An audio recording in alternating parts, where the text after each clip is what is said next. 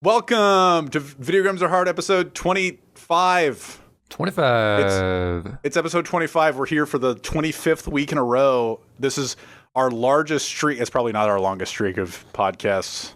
We did a longer streak last season, I think. But yeah, after my vacation last time, it would have been more. That's true. Yeah, we did. So 25 in a row. Woo! Second season. We're here. I'm Sid. I'm Trey. He's Trey. I'm going to say right now, I didn't do a whole lot this weekend. I was kind of knocked on my ass from my booster shot for COVID. Yeah. I didn't get that. Dude, I was sort of hoping it wouldn't do much because I heard plenty of people like, oh yeah, I got the booster and it was fine. And then me, it was just like, damn, got a fever. I feel all achy. This kind of sucks. Did you get any symptoms from the first two?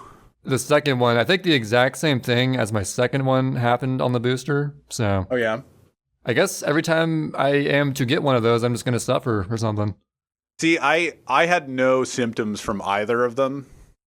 My arm kind of was numb, like it wasn't even numb. It was just kind of like, oh, if I touched the spot where I got the injection, it was just like, oh, that kind of stings. I got that shot and a flu shot simultaneously, so that could have also added to something, I guess. Oh yeah, I'm double shotting it up, double loaded. That makes sense. But yeah.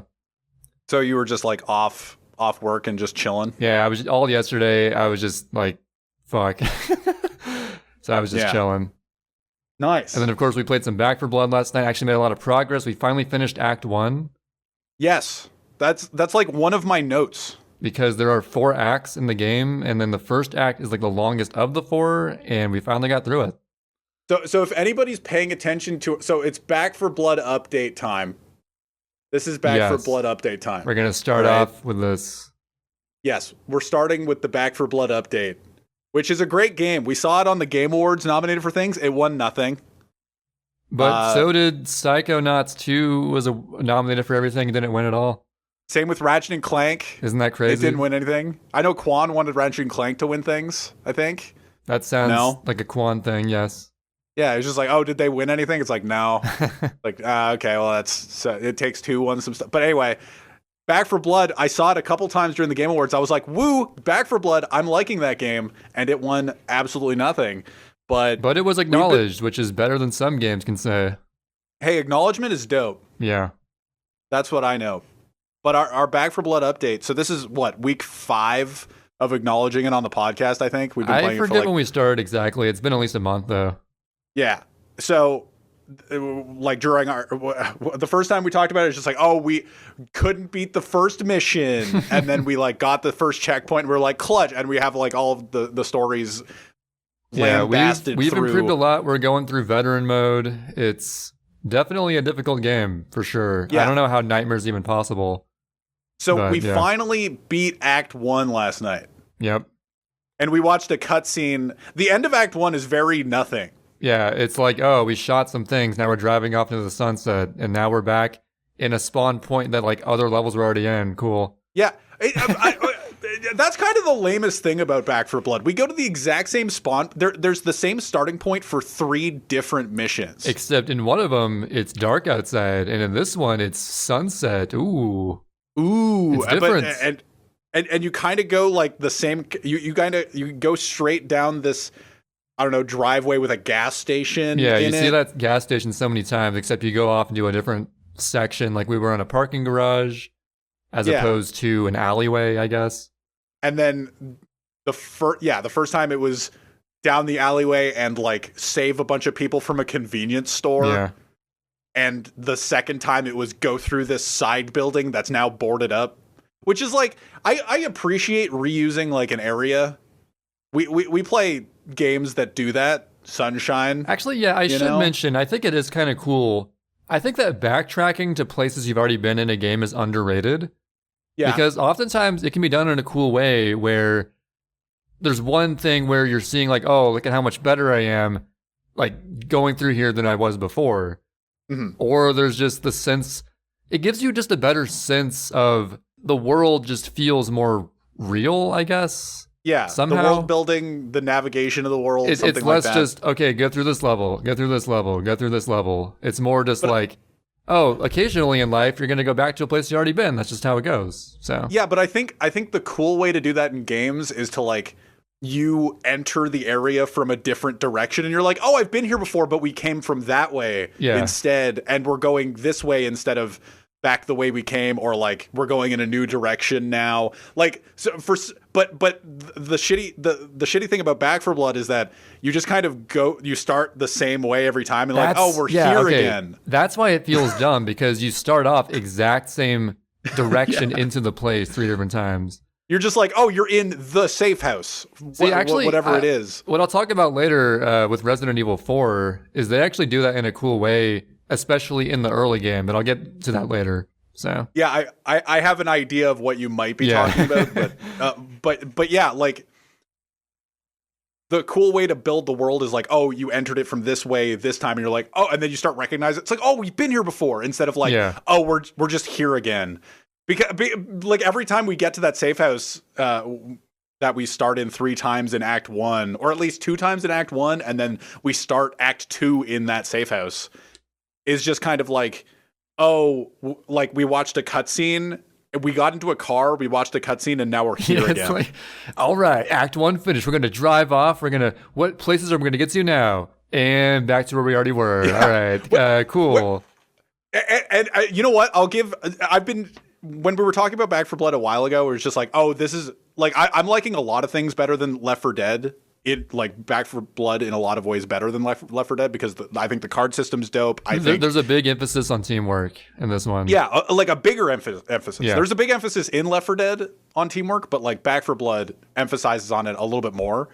Just because of how the special infected work, mainly. Yeah.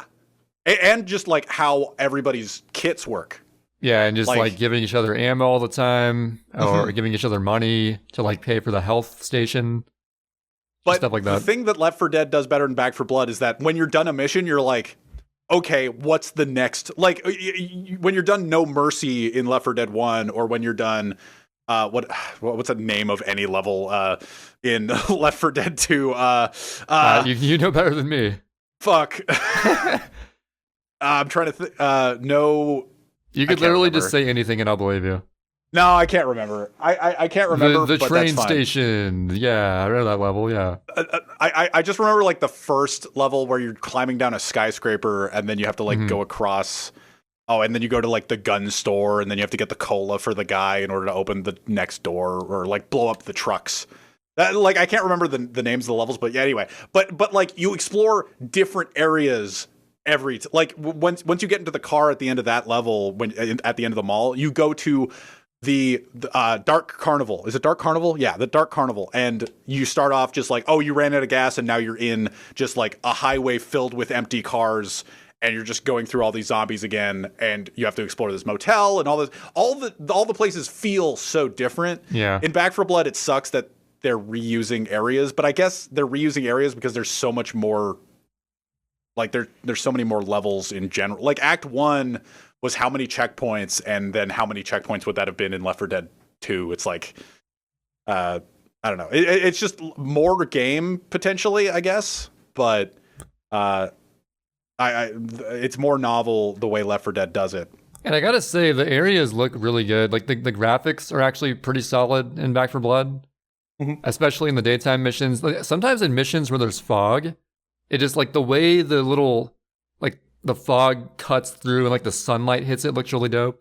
Yeah. It's a nice looking game. And I mean, playing like a daytime versus nighttime with the same level makes it look pretty vastly different, even though it's the same layout. And I was going to say this earlier, but I'm of the belief that it's fine to replay certain levels, like certain level areas, if the set pieces are set up in such a way that like it's interesting. Yeah, because you can only arrange set pieces and where little ledges are and stuff in so many combinations and make it like actually good. So sometimes it's justified if it's like, oh yeah, this village was like set up very optimally to be fun to go through. So why not do it again? You're like, fuck it. Speaking of set pieces, are you sick of like the nest nodes in Back 4 Blood? You know, I was just going to mention that too, because they introduced the nest node concept where you got to go through and destroy like 3 parts of this like winding nest thing. Yeah. And each time you destroy one, a new horde comes in. And it was kind of dope the first couple times, but in the recent levels, they just keep doing it over and over again. Yeah. And it's like, okay, the nest again. All right. It's like, oh, you got to pop these nodes. It's like, oh, we're doing this. Like, literally, I think they introduced it in the last checkpoint of, was it the last checkpoint of Act 1? Or no, it was the second last checkpoint the second last checkpoint. Yeah, where I think like every level from then on had at least one of those, except for like the final mission of Act 1. Yeah, it was the farm area where it introduced it. I'm like, oh, this is cool.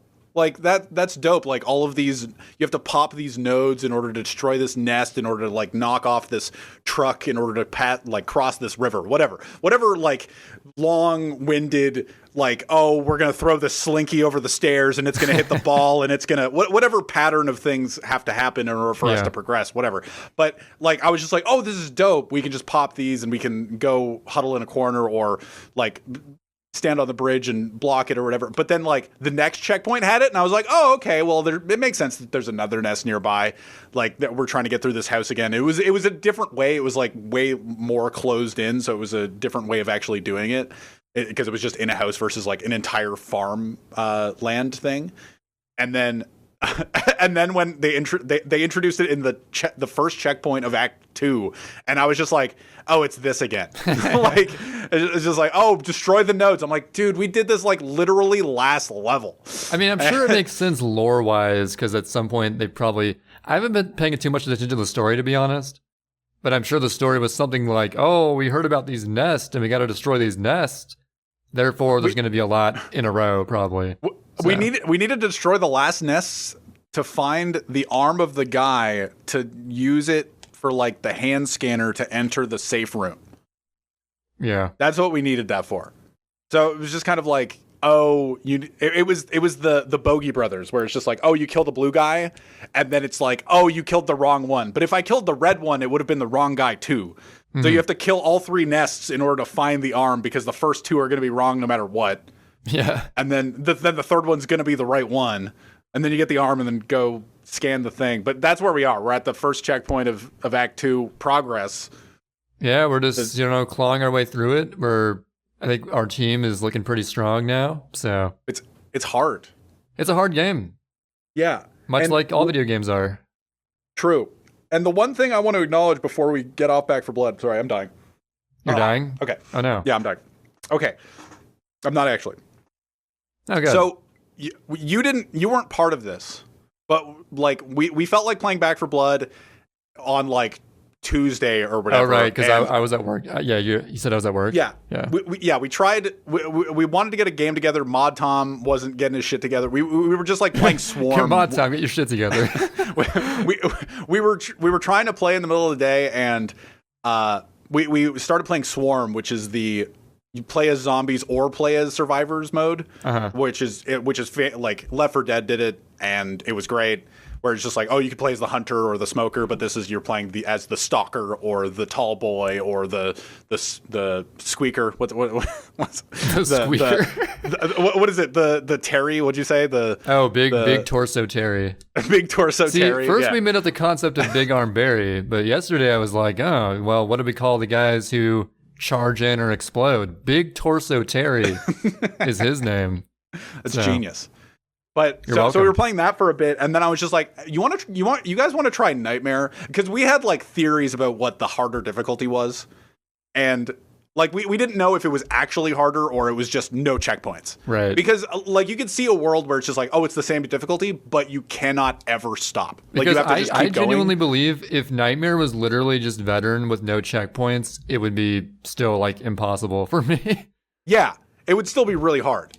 So we played, and it auto-queued a 4th guy. I don't know if we had to do that or something, but we queued in with 3 people, and then we got an auto 4th, and we were just like, yeah, okay, sure.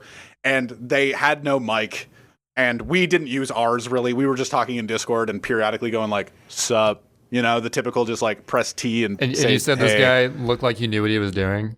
Well, that's what KO said. I didn't feel that. Oh, okay. But So we started playing the first level, and we went through like the first half of it. And at this point in Veteran, Like when we were just kind of like barreling through the first half of the first level. Even in Veteran, the first level is kind of a joke. Like we can just sort of steamroll it. So we were taking it like hesitantly, but we were like going like, oh, we know what's up. We know what's up. And we were going and going and we were fine. And then we got to the first horde, which is like halfway through the first level, but still like it's still the first level. And we didn't really treat it very special or anything. So we activated the horde. And like nothing seemed too bad. Maybe the zombies were like a little bit more difficult or something. But when we activated the horde, we just kind of stood in that area. Like you have to drop a bridge and you're just kind of on top of a random roof, waiting for the horde to come in and then shoot them. And then you could continue through the buildings and then you go to like the truck area or whatever. And then just continue on. But we just stayed there. And we didn't realize that. So the special infected, the tall boy, the crusher, or like not the tall boy, not the crusher, the tall boy, the smashy guy. He one hits that is you. a tall boy, right? He one hits you, and you're dead, or maybe you're not dead, but you're downed. And we did not realize that this was going to happen. So we were just kind of like standing there being like, oh, tall boy. And we were all like focusing him and he would not die. And then like Dappy was dead. And then KO was dead. And then I was dead. And I was just sitting there going like, huh. And I went to look at the fourth guy, and the fourth guy had ran all the way back to the first safe room. Because like he knew what was about to entail or ensue, yeah. So we had gone through all the apartments, gotten to the first like horde area, and he went, okay, well, I know what I'm doing. You guys apparently don't. So you guys activate it. And then he ran all the way back to the safe room because it's like one door entrance and there's no way anybody can like come flank from behind you and hit you. So, and then we watched his perspective and just like all of these special infected and all of these zombies just come through. And we're just like looking at this, he's just getting mauled by all these zombies. We're just sitting there going like, this is the hardest horde we've ever experienced. And it's the first horde. Yeah, it's the first horde of Nightmare. And this is no checkpoints, harder difficulty. And we've been having trouble. We just finished Act 1 of Veteran. Oh yeah, we more than often have to just like scrape by every individual checkpoint within an act. Yeah. And in Nightmare mode, you got to get through the entire act, no checkpoints, and the zombies are more difficult. And it just seems so much harder. And I can't, dude, having to shoot a tall boy any more than we already have to now just seems insane to me. Yeah. Because they have so much health already. Like, I'd wonder how well we'd do if we had all four, but I don't know. I think we could at least get past level 1 and like maybe 2, but yeah. Man, it looks tough. That sounds brutal. And we like tried we did a second attempt. And the fourth guy stayed, and then eventually it was like, I think he got downed, and then he was just like, yeah, fuck these guys.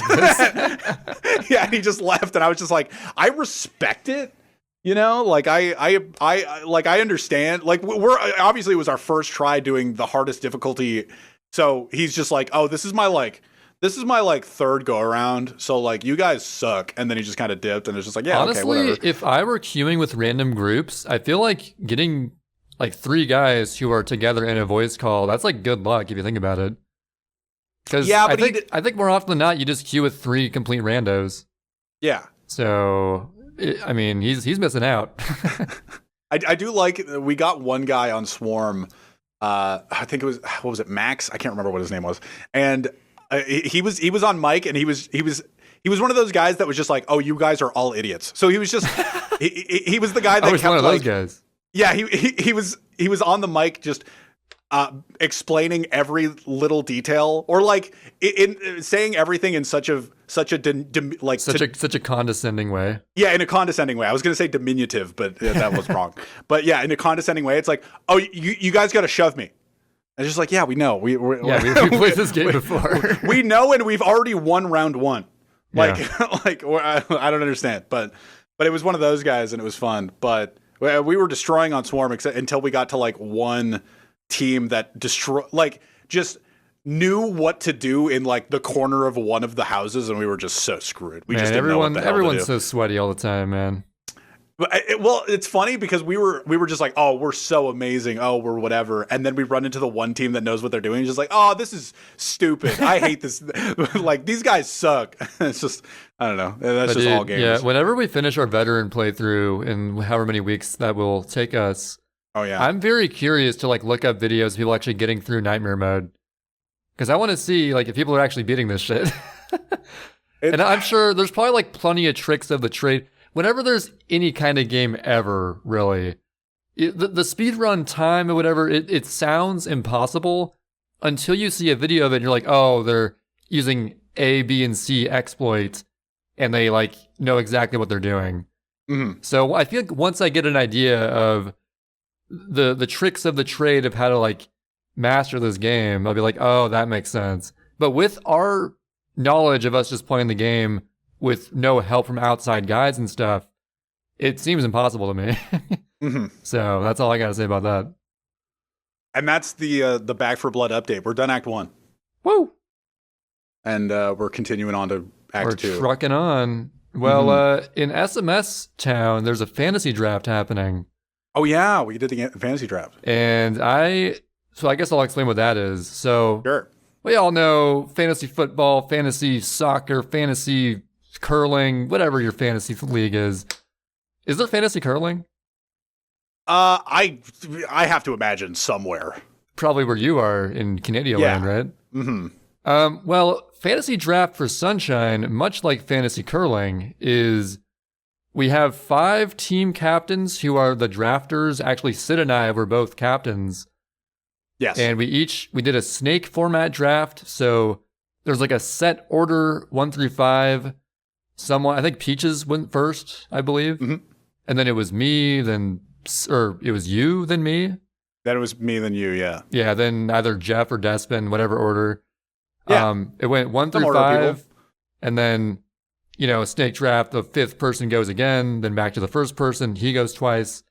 All the way through the 25 things, because each captain picked 5 people. Mm-hmm. And on my team, I picked Lou Marty, Electric Miles, MD Mason 85, Dex SMS, and Reed. For that YOLO pick, of course. I have to remember who I picked. Oh, yeah, no pressure. I actually wrote this down. So I have to remember who I picked. I have a Discord group of my group. I know you picked Jer, you picked Jay.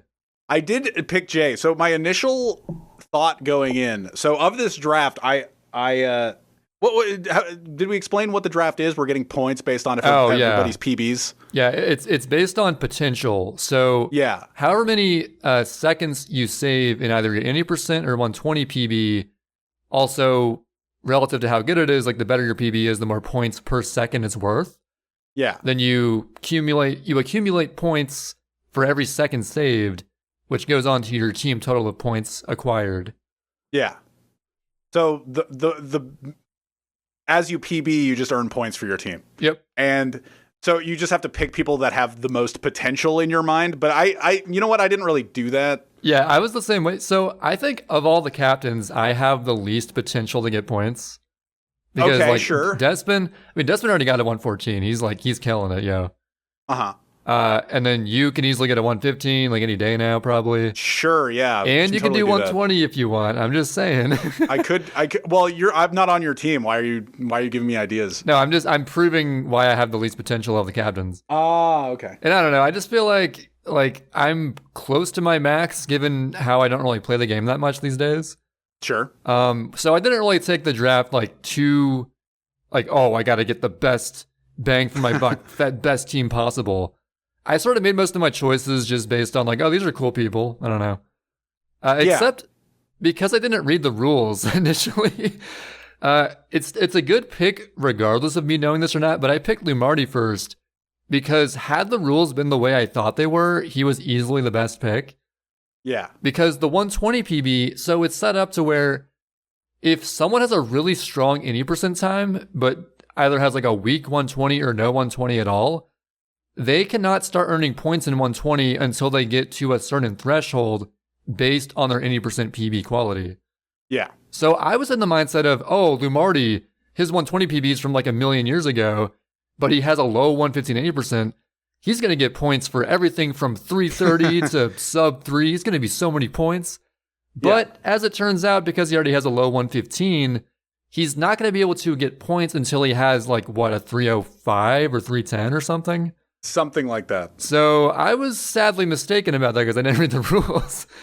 But that being said, even with that stipulation, he said he's down to try 120, and he's been showing a ton of potential in his recent 80% grind. Like, he's had several mid 114 paces die like in mid game, and he has a strong 80% PB potential for sure. So yeah, in the last draft, they didn't have the like equate the 80% PB to the 120 PB kind of thing. So 120 was much more broken in the old draft. Oh yeah, and I still didn't play 120.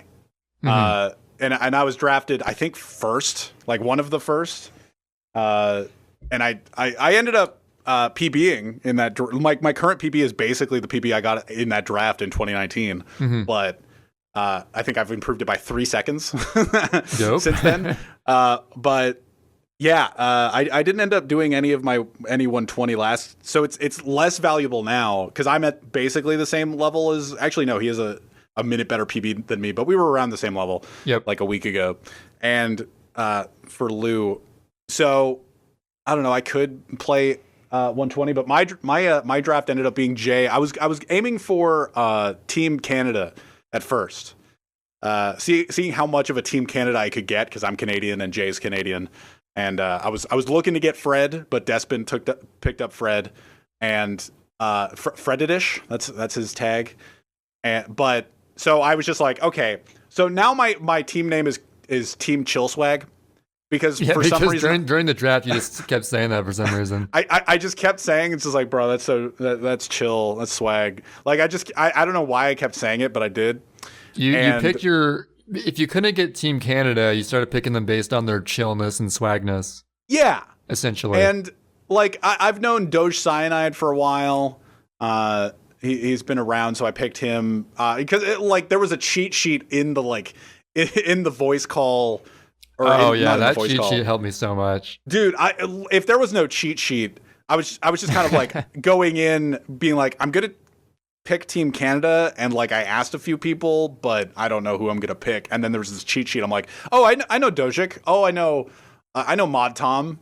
Dope. Oh, Yado's here. Nice. So I just kind of went based on that. I was just like, okay, so I picked Modest Tomato, and then I picked Doge Cyanide, and then I picked Yado, and then I was just like sitting there, and I was thinking to myself, I really want to pick Pinkish. Like I really want to pick Pinkish, and I had asked her if she wanted to the day before, because she was like in my chat for minutes. And I was just like, oh, hey, Pinkish, blah, blah, blah. And then she didn't respond. And I was just like, damn. Obviously, I missed her.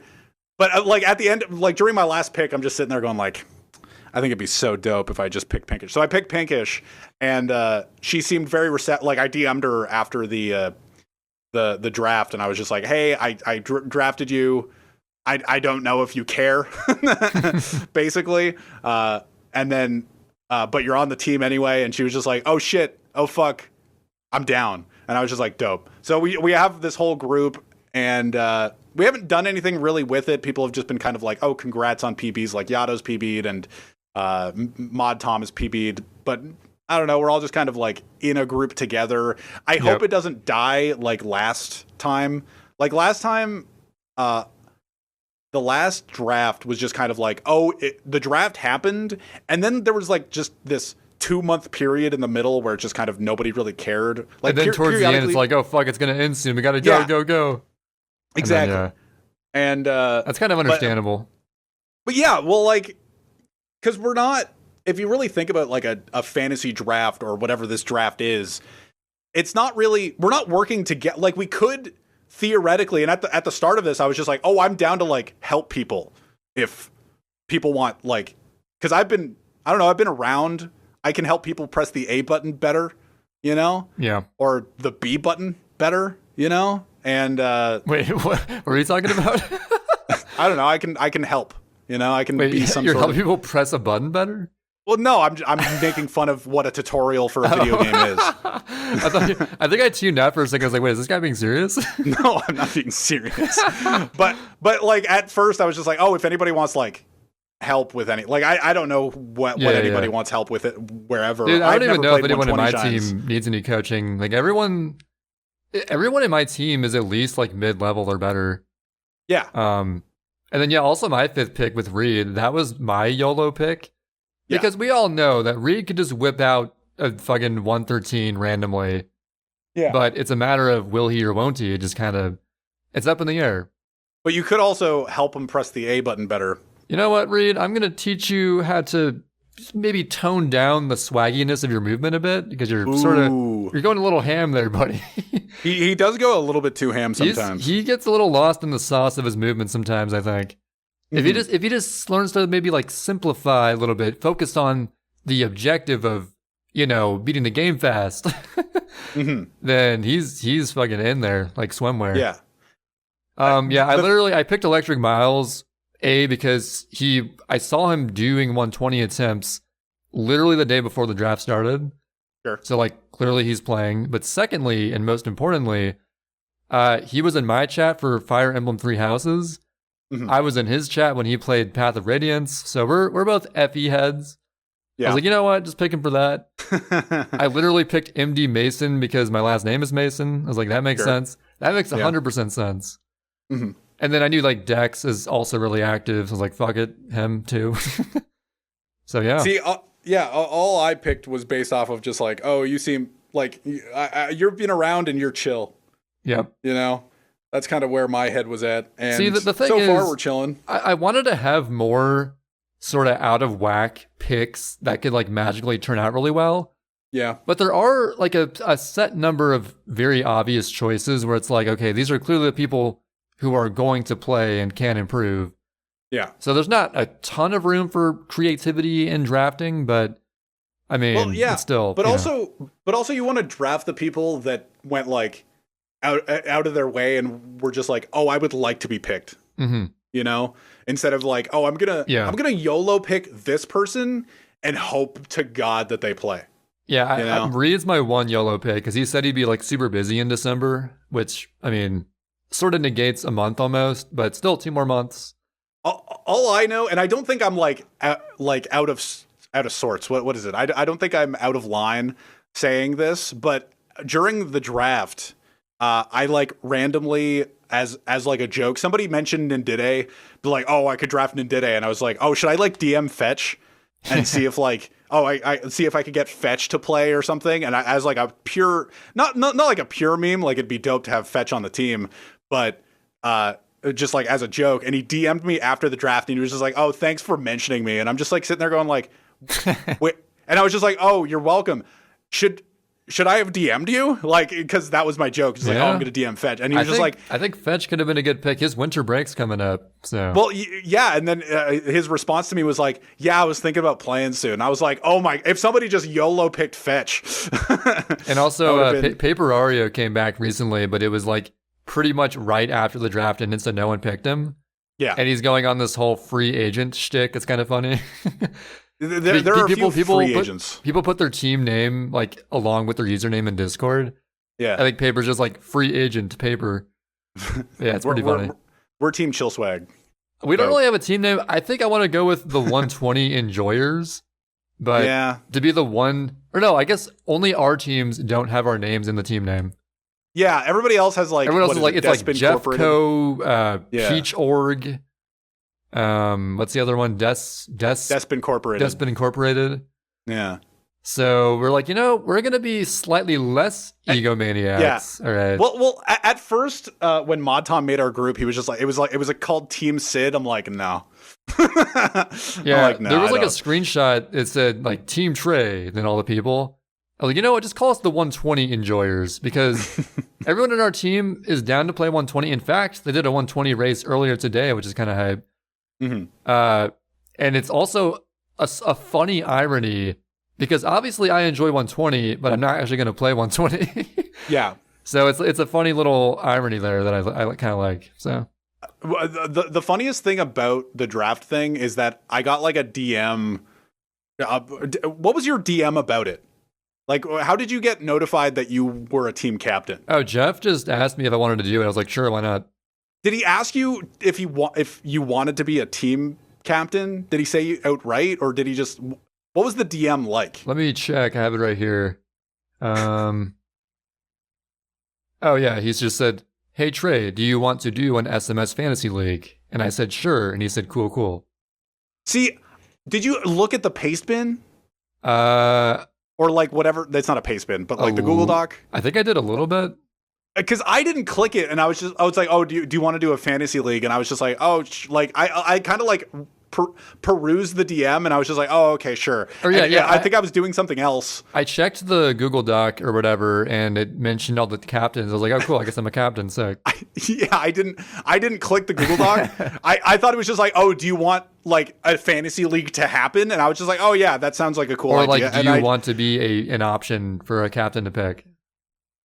Sure, yeah, like, or something like that. Yeah. And I was just kind of like, oh yeah, whatever, blah, blah, blah. And I didn't even respond to it. I just kind of continued doing whatever I was doing. And then like 2 days later, or like a day later, he DM'd me again, basically keeping the DM closer to the top of his direct messages. He just wanted to like keep me up there. And I was just like, oh, okay, weird. And then another day later, I was like in his chat, and he was just like, Sid, you got to respond to my DM. And I was just like, what, is there something important to it? Because it's just like, oh yeah, because Ramato's thinking about like replacing you. And I'm like, replacing me for what? Like, what do I have to do? And I opened the paste bin. It's just like, oh yeah, you're a captain. And I'm like, oh, okay. I didn't, sure. Like last time we did a draft, I wasn't a captain. I don't expect anything regarding like any like power or like whatever dynamic you want to explain there. Just like, oh, I don't expect myself to be put in some sort of role of responsibility. I just kind of be like, oh, I got this DM, but it didn't like say anything specific. So I just kind of let it sit. But yeah, they did it based on, I guess, like they made sure the captains theoretically had equal potential. I think I got the short end of the stick, but that's another point. Well, that's because you have the short end of the stick. Yeah. Or it's just like, I don't know. I don't have much room to go, and I'm not going to play 120, so I don't know. Anyway, it should be fun, though. I feel like I was just drafted or made a captain because I was just like, because I don't play, like, there's this like in the back of everybody's head idea where it's just like, oh, if Sid like went really fucking hard, he could get really good. And I'm just sitting there going, the problem with that is that requires you to go really fucking hard. Yeah. Like, that's what I keep explaining to everybody. It's like, I have a life outside of this, right? I got to sacrifice everything to just play SMS for a couple months, all right? Like, but also, even if I did I don't want to do that. Yeah. I was actually explaining this to somebody the other day where they're just like, oh, you could learn a bunch of any percent strats and improve really well. It's very easy to say that, you realize. Yeah. But like, actually doing it's the hard part. Yeah, you could put all this time in and improve all your strats and get really good. Right? You could literally anybody who has two opposable thumbs could put a lot of time in 80%, get really good. Anyone could do that. Yeah. But it's like the hard part's just actually doing it. But yeah, so I was talking to them. I was just like, oh yeah, you could like there aren't very many strats that you'd have to input into your runs or whatever, and you could improve your time really well past that. And I'm just sitting there going like, all of my learning brain is in Swedish right now. Oh yeah, that too. Like there's like every time I all of my free time that is just like not me either playing Back 4 Blood or streaming. Even streaming is Swedish a lot of the time. Mm-hmm. At work, when I'm watching, like when I'm doing the ovens, I'm a baker, by the way. When I'm watching the ovens and just kind of not doing anything in between, I'm doing Swedish. And like all of the learning piece of my brain is there. So it's just like, oh, you can learn SMS stuff. I'm like, dude, I've been learning SMS stuff off and on for like 8 years. Yeah. So I'm just like, there's no part of me that really wants to do that. So that's the reason I'm a captain, where it's just like, oh, you could like, if like Sid would be a fantastic pick if all of this happened. And I'm just like, yeah, but I don't, but has it? Yeah. Like I haven't PB'd in 2 years. I only play a category that nobody plays. Like I don't know what to do. I don't know why I'm here, but I'm a captain. I'm chill swag. And and I pretty much I only stream SMS like once a week because, well, 4 of my days are like not an option for streaming runs. Then the other 3, I usually dedicate one of those 3 off days to the podcast and like maybe something else. Mm-hmm. And then I'm doing a lot of casual gaming that I'm trying to get really into or been into. And then like maybe one day I'll be like, okay, I'll stream today. Fuck it. Yeah. And then even outside of that, I'm not practicing nearly as much as I used to. So it's just like I know, like, again, if I just went really hard and did a lot of practice and learned all these new things, then easy mid 114. But am I going to do that? I don't know. So it's tough. We'll see. Speedrunning's hard. Especially when every time I am going to sit down and be like, okay, I'm going to actually practice for consistency and RTA stuff, my mind eventually goes to, I could probably get some points on this random IL. It's like, yo, I could grind out Eel or grind out Noki 6 full level for RTA-ness, or I could grind the most pointless thing ever of the Piantissimo in-game time Noki 5 IL. I don't know why I just go there. I think my brain is so consumed by points that's how it goes. Hey, just get some draft points for your team. But hey, points-wise, doing pretty good. I'm in 7th place. Not bad, I'm up there. Oh, yeah, on in the IL spreadsheet. On the IL sspreadsheet. I finally decided to turn my name a different color than black. I have an orange name now, surprisingly. Oh, I picked red with Reed. Yeah, you're right next to Reed with the double red. Looks really nice. Yeah, let's go. I figured, everyone's starting to change their color. I want to join the club, so why not? But speaking of casual gaming, a game I have been casually playing a lot of, and a timeless classic in a game Sid's played before. Oh yeah, Resident Evil 4. Did I put Resident Evil 4 on my shoutouts list? The top 10? I do not remember. I think I did. That sounds like a thing, yeah. It wasn't in your top 10, but it must have been a shout out. I think it was a shout out. But yeah, I've been playing the Steam version of RE4 because it's on literally everything nowadays. Yep. Not just GameCube or Wii or whatever. No. It's on Xbox, PlayStation, PC, VR now. And actually, Resident Evil 4 won an award at the Game Awards for the best VR game. Which is so it's still relevant these days.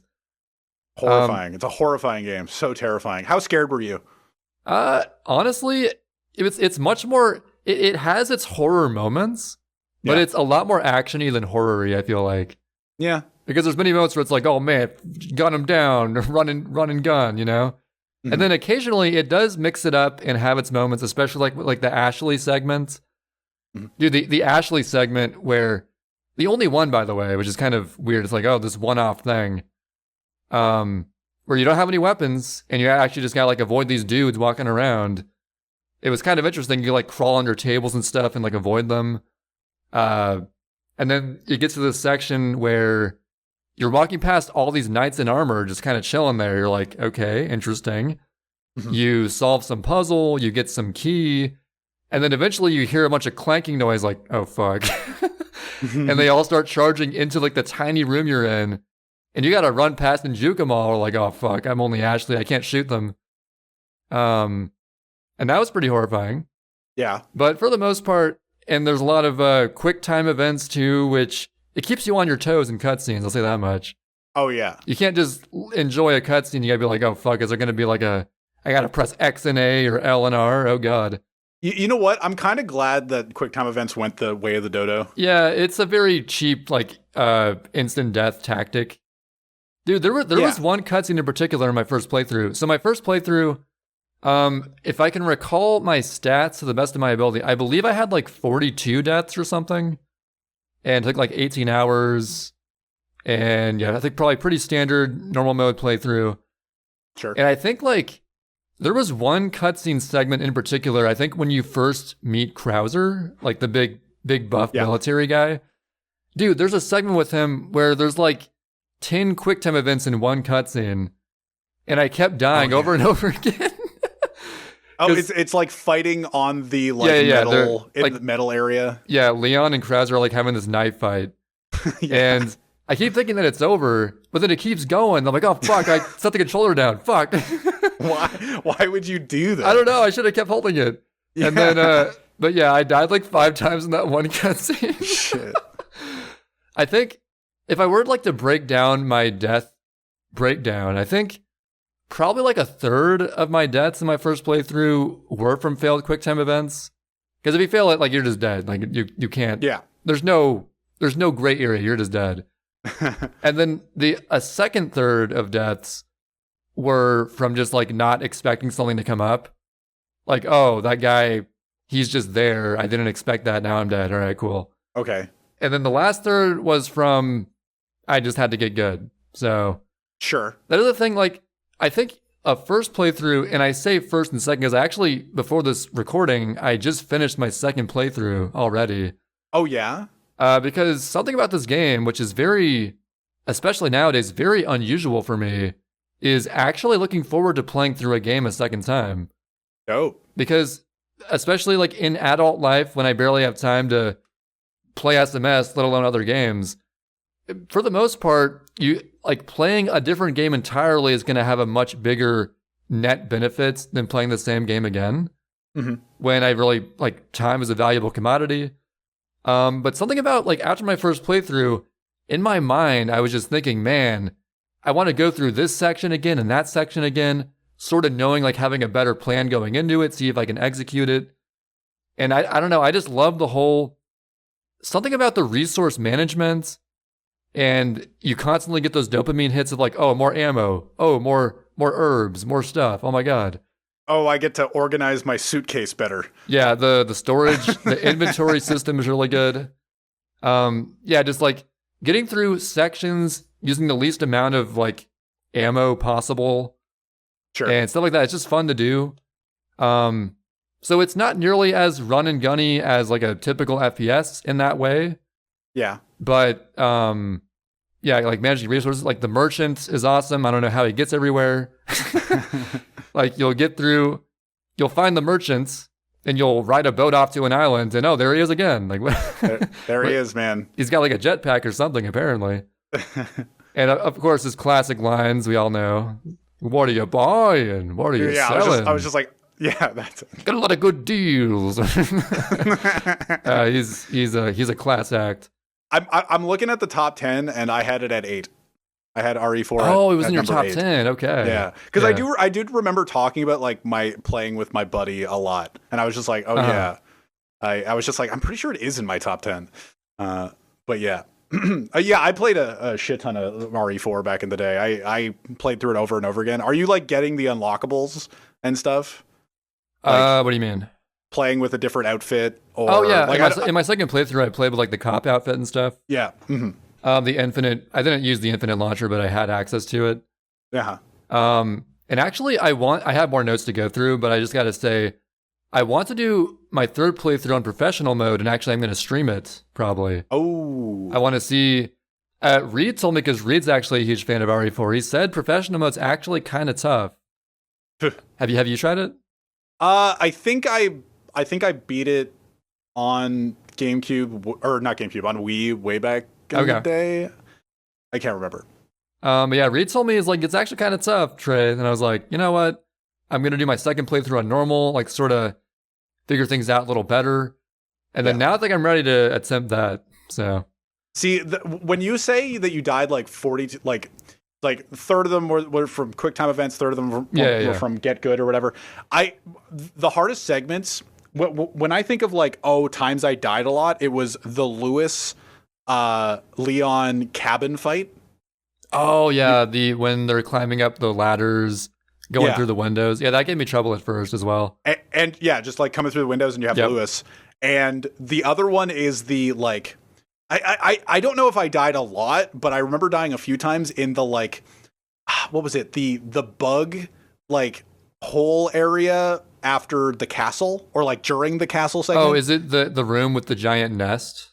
Yeah, with the giant nest with all the flying bugs. Because it's just like, it's so hard, like with the tank controls. The way that it goes, you walk in and the cutscene forces you to be in the very center of the room. Sure. And then bugs are just coming from all directions at you. I don't know how you don't get... And above you... There's like no way to not get hit there. And they're like above you, and they're not moving in the same way every other enemy move. Like when you start the game and you're just like, oh, you're tank controls. Literally, you're aiming at these zombies that are lumbering towards you, or not even zombies. They're just like the Spanish people. I don't even Los Illuminados or they have the Plagos. I don't know. There's like a name for them. Yeah, the infected people in the area, and the littlest bit of dodging that they do is just kind of like, oh, I'm gonna skirt a little bit to the left. I'm gonna take a step to the left, and I'm gonna die anyway. All right. and then I'm just like, oh, but you didn't even shoot, and then you're just shooting it up, and then I'm done. And that's it. But like when you're in this bug hill essentially, and they're flying everywhere, it's just like, fuck, man, how the hell do I hit those bugs were so annoying. I remember that. Yeah, and those are the two things that I think of. Yeah, actually, otherwise it's just kind of pretty clean. Yeah, totally. Yeah. Yeah, when I think of like get good deaths, that the House with Lewis segment comes to mind for sure. Yeah. But then my second playthrough, I realized, oh, if I push a bookcase in front of two windows and then leave one exposed, I can just like focus on this one window, and then when they break through those two, go for those ones. I had a much better plan going into it that time. Yeah. Which is really cool. I like figuring things out like that. Sure. And then one more thing is that unlike mini games where I have a very big tendency to hoard all my items and everything, and then end up never using them, this game has like really great way of really encouraging you and almost forcing you to use like whatever ammo you have, like even your Magnum ammo, or like sometimes you pretty much have to use your shotgun. It's tempting like in the early game to be like, okay, I want to go handgun as much as possible, really conserve everything as much as possible. But you will always get thrown into scenarios where it's like, man, I really just got to have more firepower here. Yeah. And you don't feel guilty using whatever items you have. Like, especially in RPGs where, I don't know, any RPG I can think of, I just like hoard all these various healing things, like just in case I need them at some point. Yeah. And then just like never use them. It's like, what's the point? I think at some point in my gaming career that's melted away. Where it's like, oh, I have this gun that I'm going to keep until the end of the game and never use. Like, when I was a kid, I used to do that, but then eventually that just kind of melted away. It's like, oh, this is an opportunity where I can use my big weapon, and then I just use it. it's a lot more fun that way too. Yeah. And RE4 definitely sort of broke through my hoarding mentality, and I'll just use whatever I can. It's like, oh, big ass dude with a Gatling gun. Here's a Magnum. Yeah, it's really satisfying. Here's the lumbering Los Illuminados or whatever with the bag on his head with a chainsaw. Oh yeah, it's like, oh, okay, I'm gonna use my. Oh yeah, the chainsaw guys have so much health too. What's funny, like, so when I played it, it was like on the PS2 with a buddy of mine initially. Like, I think I beat the game for the first time on the Wii, but the first time I played it was like late at night while I was sleeping over at a friend's house, and we would play RE4, and I was too scared to play it. Like, I don't know how there are distinctly, whenever it's a segment where it has like the creepy music. Yeah. And I remember distinctly the section where you're first introduced to the regenerators. Oh yeah. It's pretty terrifying because it's on the like island? I think that's in the castle still, I believe. I'm pretty sure it's on the island. Or do you not get to the regenerators to the island? I should know this because I just played it recently. I'm pretty sure it's on the island. Yeah. There's a good chunk of the game where you face them, like you get the infrared scope and stuff. Yeah. But yeah, that in particular, because you read the note from Lewis, and it mentions having to shoot at specific infections on them, or they'll never die otherwise. And then you're sitting there when you actually have to encounter one, and you don't have the scope yet. You're like, well, I can't see what he's talking about. It's got to like spray and pray and hope they die. And then you get the scope eventually. It's like, oh, cool, this is easy. Awesome, yeah. But yeah, that was pretty scary at first. Again, the Ashley segment was pretty scary because you don't have a weapon. Sure. There's probably like at least one more where you're going through and there'll be like, you'll open up a dumpster and this bag will start like wriggling around. You shoot it, it stops wriggling around, and you press X near it. They're like, what the fuck is this thing? Just little random one-off things like that just like add to like the horror aspect of it. Yeah. Though I haven't played any other REs, but I have heard that the more classic, like 1 through 3, definitely emphasize the horror part more, whereas 4 includes much more action elements to it. Yeah. Which is not necessarily a bad thing. I kind of like, No. I think it has the mixture of those two really nicely. Mm-hmm. So it like, one, it doesn't, what's the thing where like, in game design, oftentimes they will vary it up with like, oh, very action-packed segment followed by like very chill segments back and forth. Mm-hmm. And that way you don't get like sort of numb to one of them. Sure. If it was just all action the whole way through, you'd get numb to the action. It wouldn't be as impactful. But when it's like, okay, oh man, we're going to go through this clock tower. All these guys are going to be attacking you. And then suddenly, oh, calm music. Here's a merchant. Here's some treasure. Then like that sort of back and forth, it keeps it interesting. Yeah. So. Yeah, the thing about our RE was just like the first 3 were the scary ones, and then they like really mixed the action really well. And then after RE4 is like, oh, like I think people liked RE5, but I know that people hated 6 and because it went like so far into the action way. That's what I've heard. The action direction. And then 7 and 8 recently have been really good. Yeah, 4 at least attempted to be a horror game. Yeah. But like when I first played it, when I was like too scared to play it or whatever, or like even when I was playing it for the first time. If I played it as a kid, I would have been scared for sure. Oh yeah, like it's like when you're watching a horror movie and you don't know what the director's intentions are, and you're just like, do I trust you? Like you're apprehensive at the game. It's just like, oh, this is a horror game, but like what am I supposed to trust? Yeah, it's like there's going to be some tricks thrown at me. I just know. Yeah, are they gonna try to jump scare me? Like I don't know what to trust at what point. Like I don't know what to expect. So you walk into that first house in RE4 and you see the guy there, and then he's just kind of like in front of the fireplace, and then he's attacking you, and you're just like, oh, what the fuck? And then all the villagers are coming out, but it's like kind of ominous before that, and then even after that, it's just kind of like when you've killed everybody, it's just like, oh, are we okay now? Like there's kind of a score to that area that is just kind of like question mark. Actually, yeah, the main thing I noticed going through, it's very invisible sound design that's brilliantly done.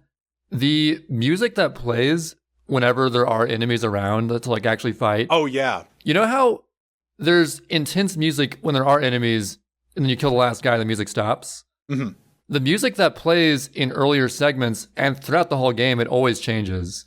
Mm-hmm. And I think, like, in the first area, it's much more tense, and it's like, oh shit, here's like a zombie. But then towards the end game, it's more just like, all right, you know the drill. Like, here's some dudes to shoot. You know when. Yeah, it's just like, oh, obviously you're not more numb to it, but you're like, oh, okay, you're more comfortable with just like, oh, here's another zombie. Yeah, oh, and okay, the music fills the emotional gap perfectly, because in early game, every zombie seems like an event. Yeah, it's like, oh shit, here we go. Yeah. And then in the end game, it's like, all right, action. All right, let's go. Fucking shoot them. Yeah. The first area is so stressful. Yeah. Like, because you don't know what's happening at any point. You're just like, oh, okay, zombies. Oh, okay, more zombies. Oh, I'm in this house. They're coming. Like, you have to jump out of the window, and then you're killing zombies in the front lawn, and you're just kind of like, okay. Well, they're not zombies, to be fair. They're just like infected people. They even mention in text, like, it's not a zombie, I don't think. Yeah. It's like, for all intents and purposes, they're zombies. Yeah. And but then you're like going through that first area, and I remember like playing it and being like, I don't know I don't know what to expect coming up. Yeah. Like, and then you keep walking, and then you take the bear trap off the dog, and you're just like, what the fuck is going on? Speaking of the dog, dude, I think my favorite boss fight in the game was the first El Gigante boss. Yeah. Because, well, first there was that scene where, like, when you save the dog, like, the dog shows up and distracts him. It's like, there's that dog again. Yeah. And that was kind of a cute moment. Mm-hmm. Even as, like, I'm not really a dog person, I thought that was dope. What? Who doesn't save the dog? Dude, what kind of heartless person doesn't save the dog? Yeah. You know what? You know who doesn't? Who? Speedrunners. Oh. Those heartless speedrunners probably skip the dog, don't they? But maybe for the fight? I bet that speedrunners just sort of melt the guy in 2 seconds for all I know. So they don't save the dog? I haven't seen a speedrun, but I would assume saving the dog wastes time. Oh, that's so heartless. Maybe the IGN commenters were right. Speedrunners don't care about the game. I have two questions for you. Sure. Trip bombs. Did you get hit by any of them? Trip mines. Not really. There was one time the explosion hit me because I was too close when I shot it. Oh yeah. But no, I pretty early on I realized like, oh, flashy red thing with a wire. Probably not going to walk through that. See, I was too young and stupid. Oh, and yeah. I walked into a few of them and I was just like, oh. Like, what the fuck? Oh, I should have seen that. Or just what the fuck. It definitely helped, like, having a more mature perspective and, like, sort of analyzing things more. Yeah. What was your second question? The second question was the, like, I kind of want to just talk about the bosses. Sure. Where it's like, I feel like they devolve over time.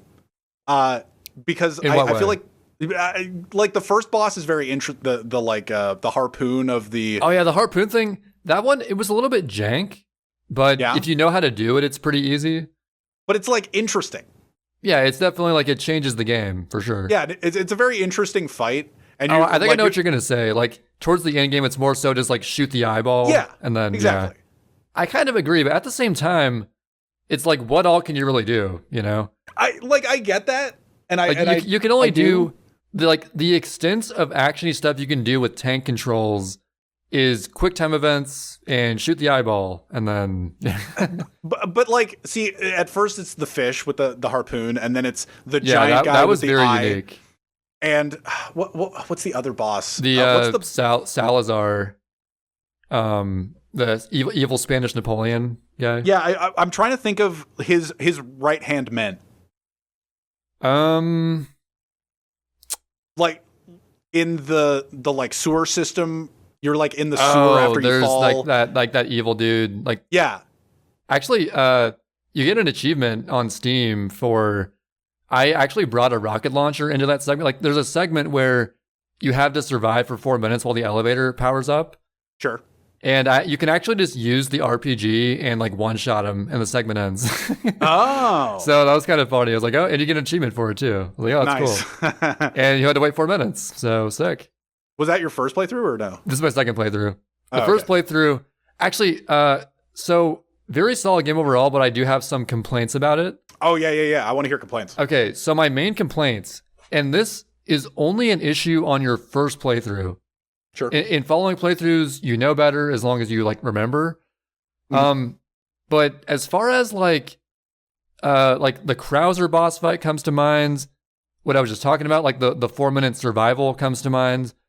There are segments just like that where you will end up wasting most of your ammo shooting at it when it does literally nothing.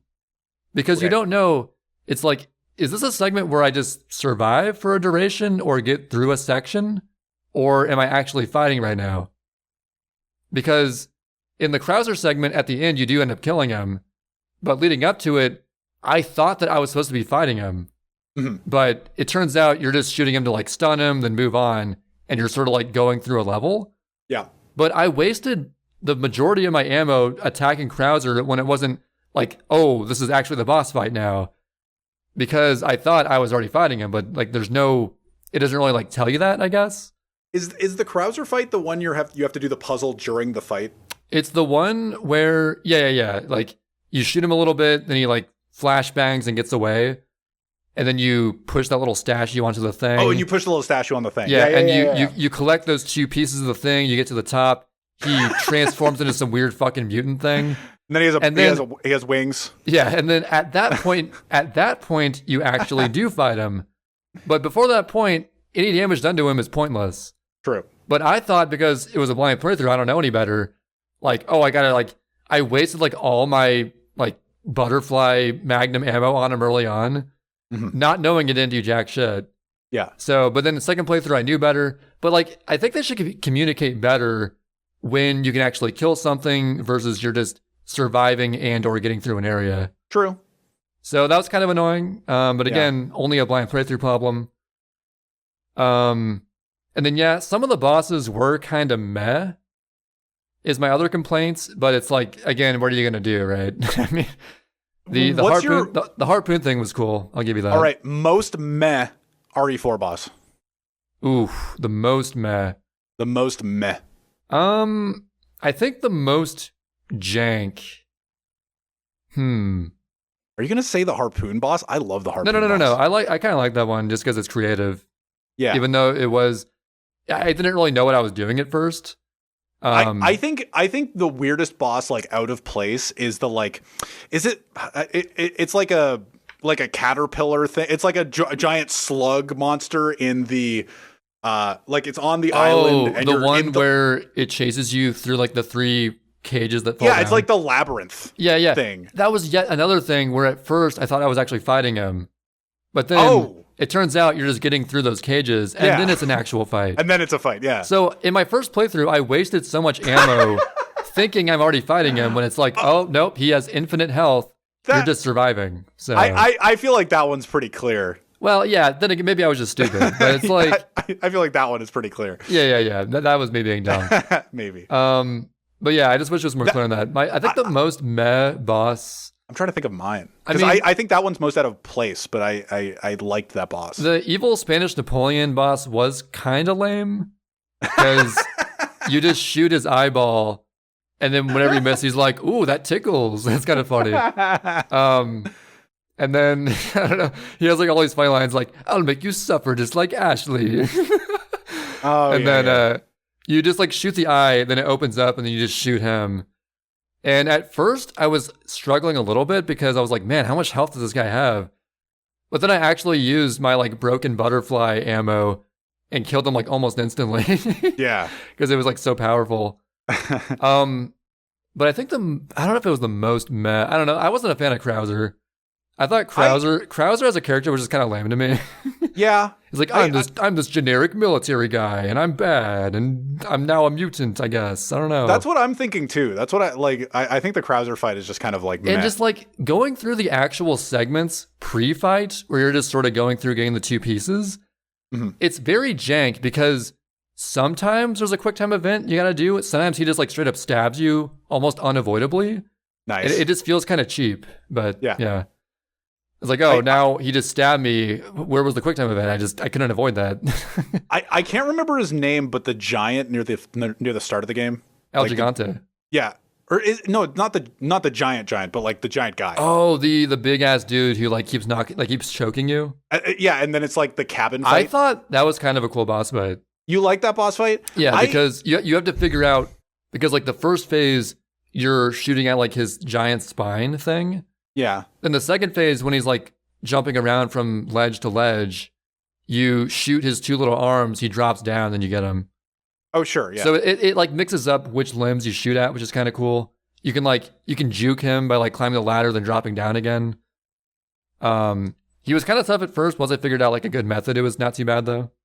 I from what I remember, like the boss fight itself, I don't really remember, but I do remember like a lot of the first part of the game just being set up for him, and then it just kind of happening, and then it being over, and then you're just like, oh, okay, then now I need to go to the next part.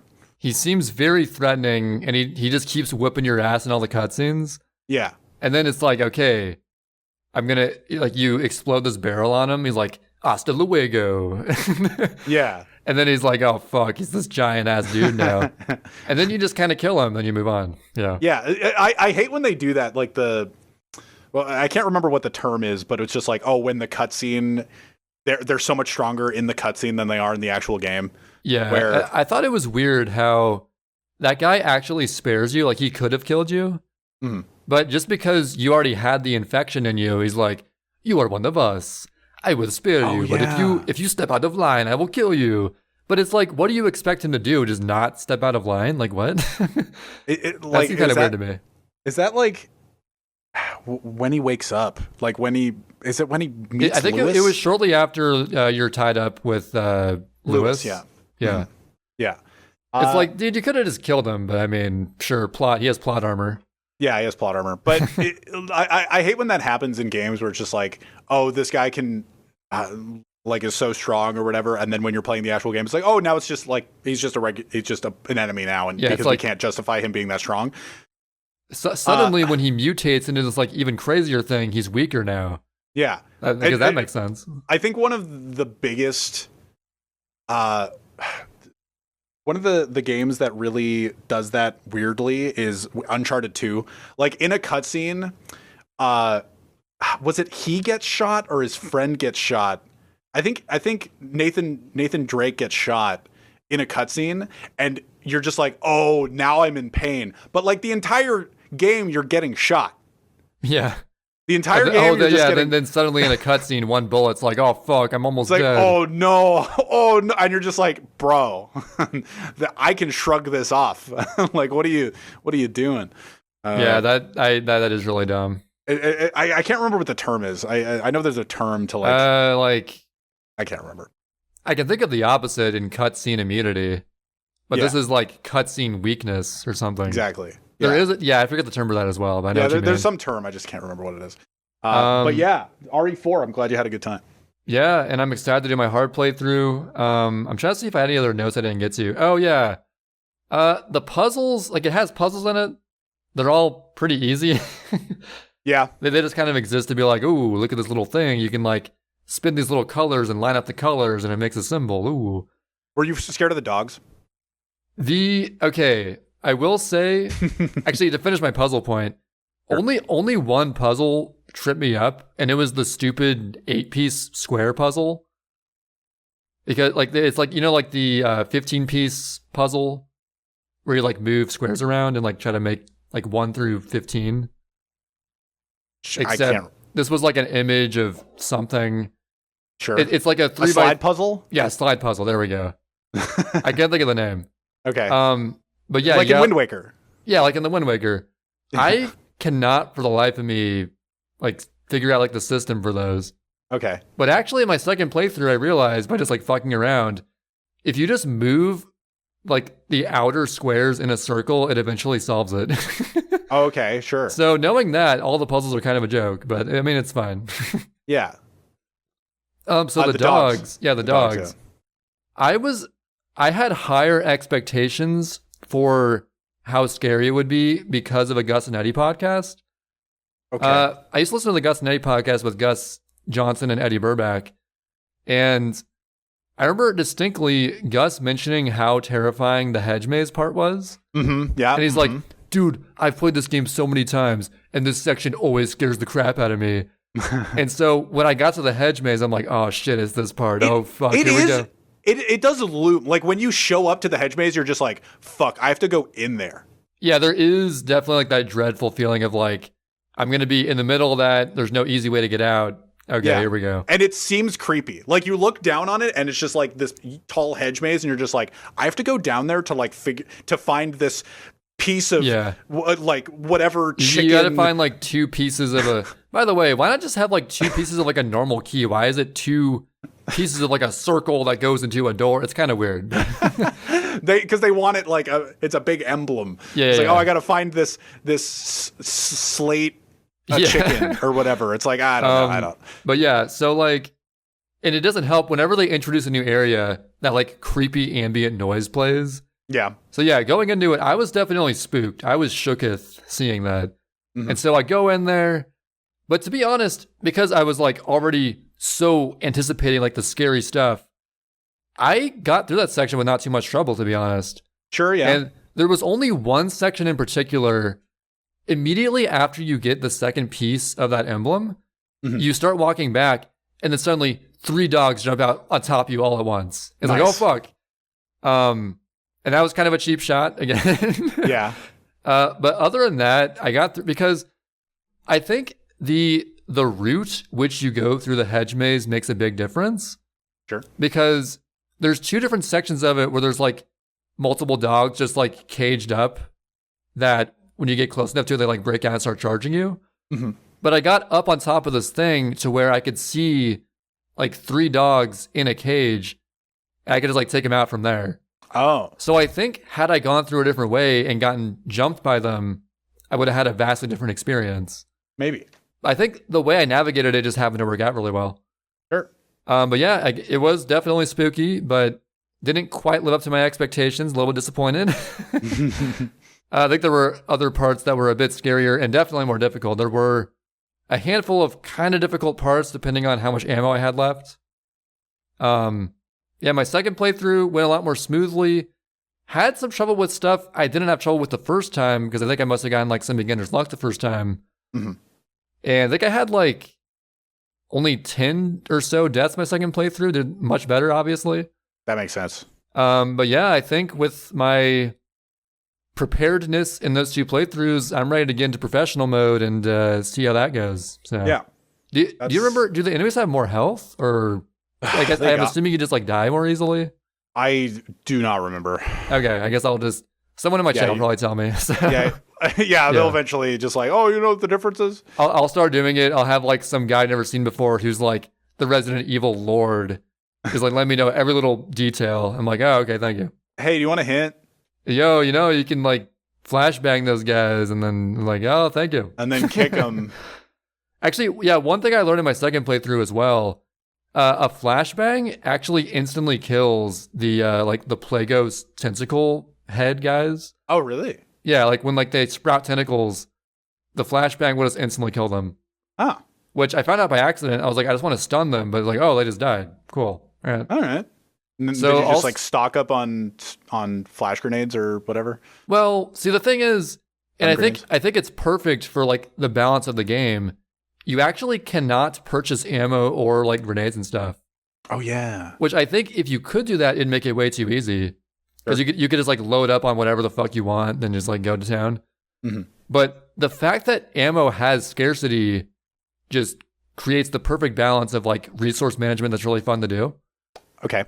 And one trick of the trade I figured out as well, as far as increasing your ammo potential for your more powerful weapons, because I always save up the broken butterfly ammo for like the bosses to just like take them out really fast.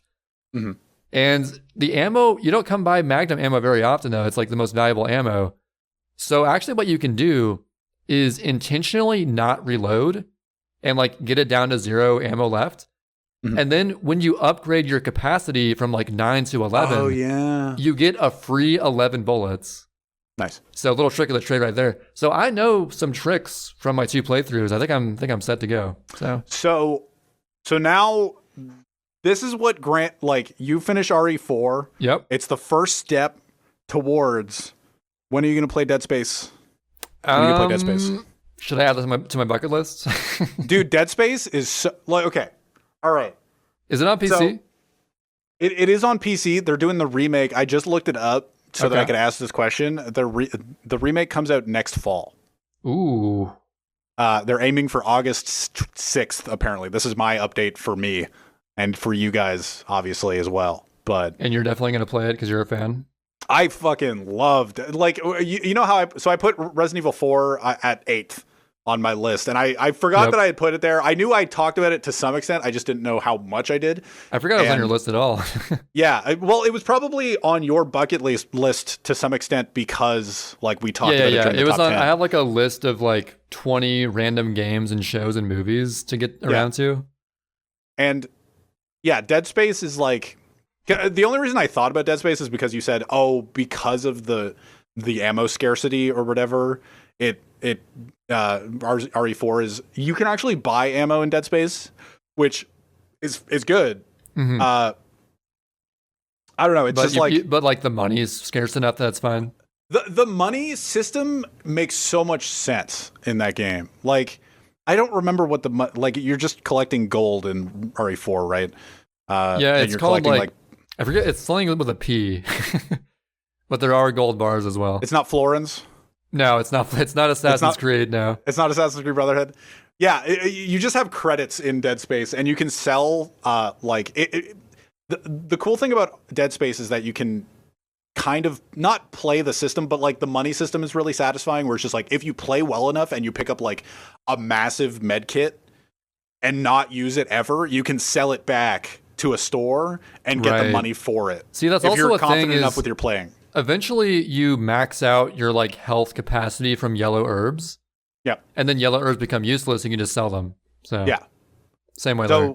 And like you can use them to buy more ammo, or you can use them to buy more nodes to upgrade your weapons. Dead Space is just like credit system or like money system feeding back into how to upgrade your like suit and weapons is very satisfying, and it's the same kind of movement stuff. Is it essentially like a Resident Evil, except like a more modern movement system in a way. It is tank control still, but it's like different and it like because I can tell RE4 the way it flows is like a little bit dated.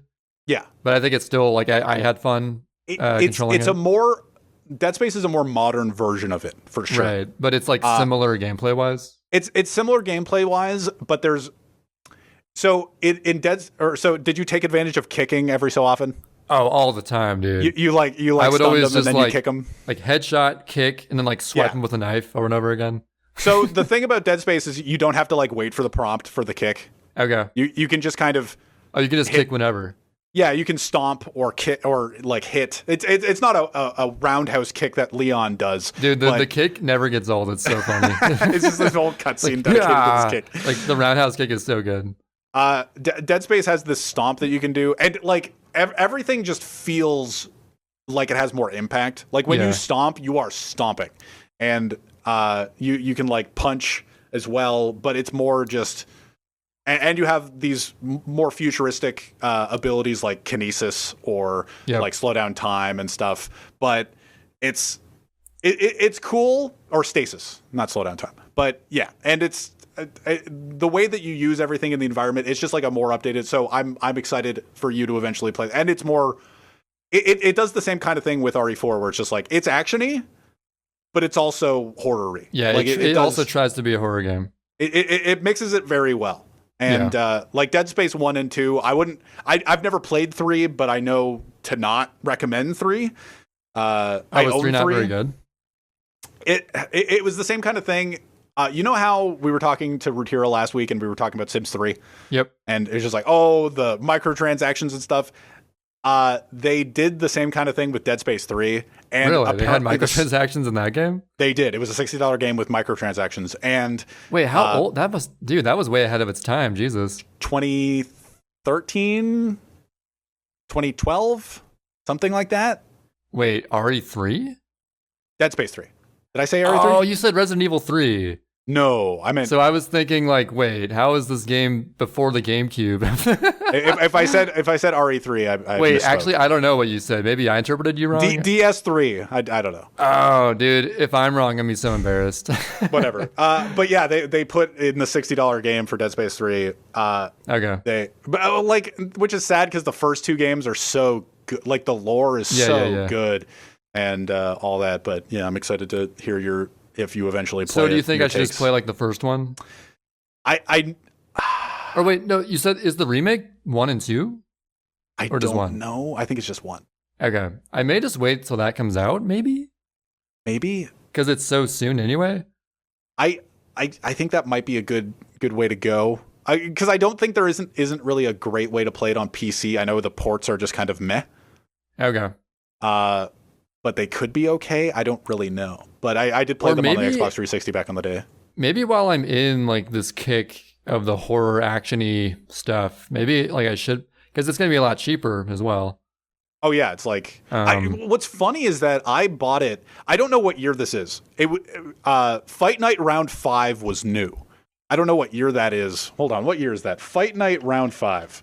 Because my story about getting Dead Space 1 is I bought Fight Night Round 5 because my buddy wanted to play it. And I was like, whatever, I'll buy it. Who cares?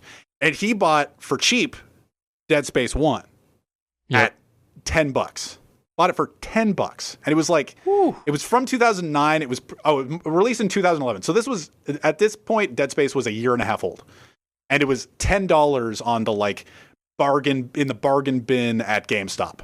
And so I bought Fight Night Round 5 and we played that evening and we were just like, oh, okay. And he started playing Dead Space and he was just like, I don't know. And I was like seeing it every so often. And I'm just like, oh my God, I think I'd like to play this game or whatever. And I borrowed it from him and we swapped. I gave him Fight Night Round 5 and he gave me Dead Space. And he was like, what the fuck is this Fight Night shit? No, he was the one that wanted it. I'm just kidding. Yeah, it was just like, you scared me. He was playing Fight Night Round 5 and having a great time with it, and I didn't care. I was just like, because he was a big Mike Tyson fan, or just boxing fan in general, and like fan of the Mike Tyson lore. I guess, and all that. I don't know why. For some reason, when you said Fight Night, I just thought of Five Nights at Freddy's.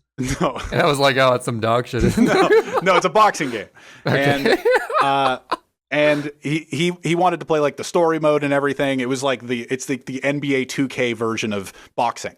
And I didn't care at all. I just bought it basically to play with him, and then he wanted, and I was just like, oh, we can swap. And I played Dead Space, and I was like, oh, this game's sick. Like, I had never heard of this game before, and I was just like, oh, this game's dope. And I ended up just like permanenting the trade, where it's just like, oh, you want to keep Fight Night Round 5? I just want to keep Dead Space. Are we okay with that? So I basically bought a full price $60 game to get Dead Space a year and a half later, and was perfectly happy with it. The greatest trade deal in history. Yeah, I did not give a shit about Fight Night, but yeah, that's how I started playing Dead Space, and then I bought Dead Space 2 whenever that came out. I think that was Fights Nights at Freddy's. Dead Space 2 must have been 2012 then, if I'm right. Oh, it was 2011. Okay, so it must have been a year before that. I don't know what game it was. Like it was a Fight Night game that came out. Like I know I was waiting for Dead Space 2 to be released. Yep. So like I played the demo before Dead Space 2 actually came out, and I bought it on like release day, and then promptly pulled a Dead Space or a Dark Souls and played it for a little bit of time, and then played it a year later, like to death. But I like put down the game for a year, and ended up finishing it later. It must have been like Fight Night Round 4 or something. It was definitely a Fight Night game that I bought at full price and then traded for Dead Space. But that was at a bargain basement deal price. But a bargain basement. A bargain basement deal price. A bargain deal, a deal bargain. My favorites. A deal basement. But yeah, Dead Space would recommend, because that's what, like, it was like number 3 on or 4 on my list for sure. You know what? Even if Dead Space even if it costs more than I expect, I'll buy it at a high price. There you go. Sure. You see these new Panda Global Melee GameCube controllers? No. Oh, you haven't seen this? No. Bro, this is all over the news. Well, not the news, but like Smash Twitter. Sure. Let me look this up really quick just to like make sure I'm not spouting info out of my ass right now. This is the podcast where we look things up. Where I'm looking up the date of game releases. When did Fight Night Round 4 actually come out? Fight Night Round 4. It must have been a year before. Could not tell you. This was it. It was Fight Night Round 4 because it was Muhammad Ali and okay, and Mike Tyson. This is it, and it was before Dead Space 1. This makes no sense. Dead Space 1 release.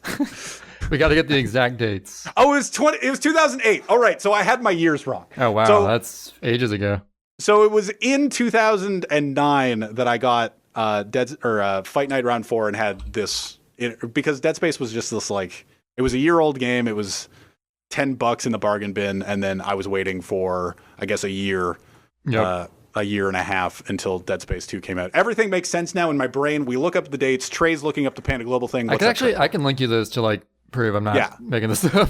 I trust that you're not making it up. So basically, Panda Global, a big esports organization, they're making moves in the Smash stuff. Oh no! And why are you saying oh no? Oh no! Are you looking at the controller? I'm looking at the pictures. Yeah. Okay. Well, see, the thing is, I'm a little cautious myself as well. But there's a Kickstarter for a thing called the Panda Controller, which is like, they're making moves to preserve people's abilities to get high quality game controllers, which is much needed for Smash, because as you may know, I mean, getting a gaming controller in the first place is a little bit tough, but especially for a seasoned Smash player trying to get the best, like C-stick, perfect triggers, all the stuff that you need. It can be tough to get the right controller. It can be pretty costly as well. But Panda Global is releasing these like high-tech, has like all these options, like a USB-C, whatever, $90 controllers, which sounds like a lot, but compared to like, some people pay like $200, $300 for their own Smash controller. They've already raised $1.5 million for their Kickstarter, Yeah. Which is absurd for a controller. That's insane. Mm-hmm. And the trailer looks pretty dope. They got, shows all the features and everything. I'm very cautious. I think I'm more cautious than most people. Everyone seems to be very gung-ho for this. But, I mean, it has like double Z buttons on each side. The triggers might feel weird to me. So I'm going to wait till I hear people's perspective on it before I consider buying one, if I do buy one. So. Yeah. See, the double Z button is interesting to me because all modern controllers now have the right bumper and then right trigger. It is weird that that Nintendo did that asymmetrical thing in the first place. Yeah. I'm just so used to it. So now they're going to have a replacement for it so that you can actually use the same kind of button layouts. Like the control sticks are still not going to be press-inable. So right. L3 and R3, like the press in the stick. Yeah, but who needs that? Yeah, well, like see, that's why it's like it's unusable for whatever for games like Breath of the need Wild. That. For Breath of the Wild, because I know that Breath of the Wild, in order to look at your map, I think it's R3 or something, and I was just like, oh, because I did end up being that guy and like use my GameCube controller and for Odyssey and whatever, but it just removes the ability to do things, to do certain things, because you don't have as many buttons as the Switch control, the Pro controller or whatever. So adding that button is interesting. And then there's more buttons in the middle. I don't know. This is weird.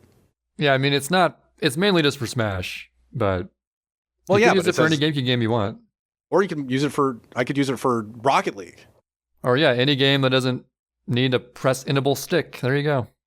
Sure, I guess. The D-pad looks interesting. It's sort of concave in a way. Because, I mean, as much as we love the GameCube controller, the D-pad is notoriously crappy on it. Maybe this one will be decent though. Who knows? Is it different? I'm looking at mine. It looks different. It's concave, sort of. It's interesting. Well, it kind of is. Well, isn't the GameCube one? I'm looking at mine. It kind of is. Isn't it more flats on this one? It's flat. Oh yeah, I guess it does kind of do that as well. I don't know. It looks pretty much the same. It looks like it sticks out more on like an old one. Maybe. I hope it's like a little bit thicker.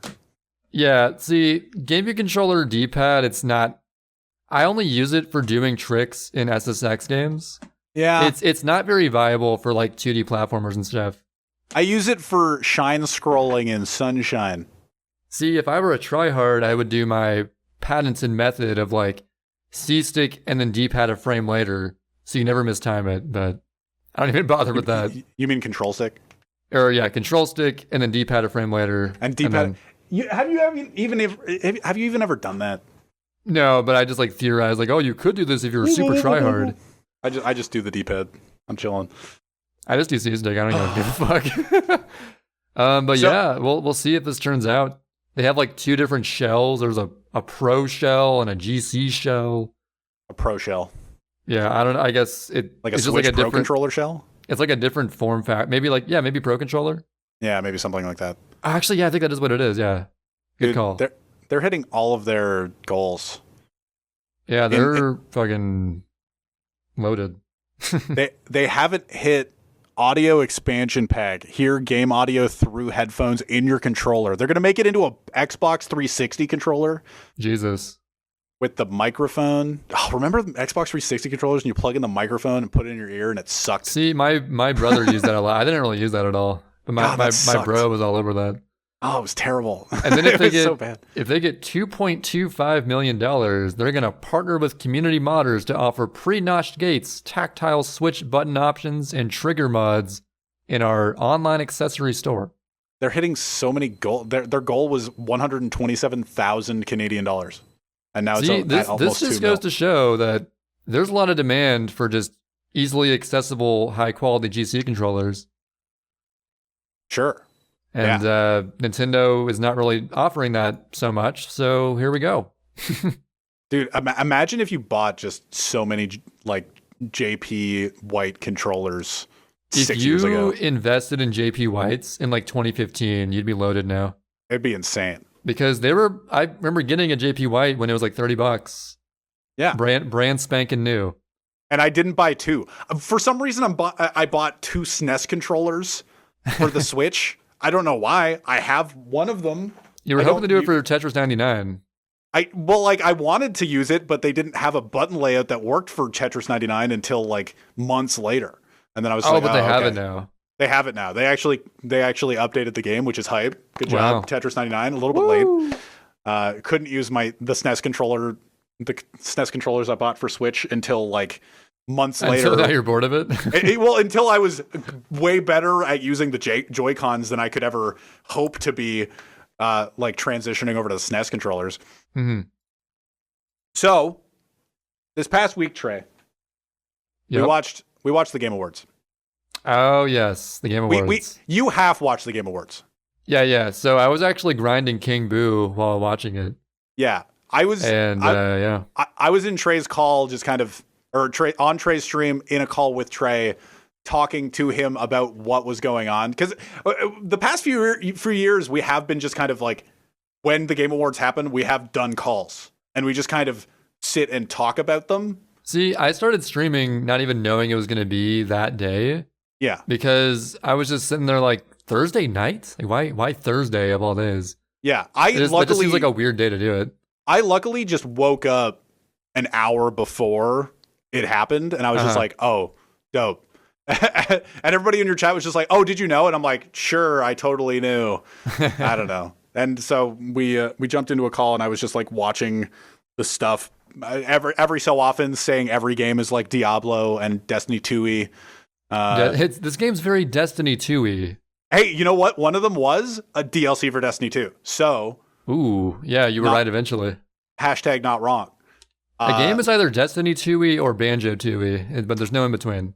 But I have some rough notes. I feel like other years I've had like long notes as to like every. See, the thing about the Game Awards is that they don't even give a shit about their own awards. It's like 60% commercials, and then here's the award. Okay, goodbye. And then they just kind of there's like when you watch the Oscars or the Grammys, and sure, fuck the Oscars and fuck the Grammys, whatever the Game Awards steez is. Like, I used to like the Grammys, whatever.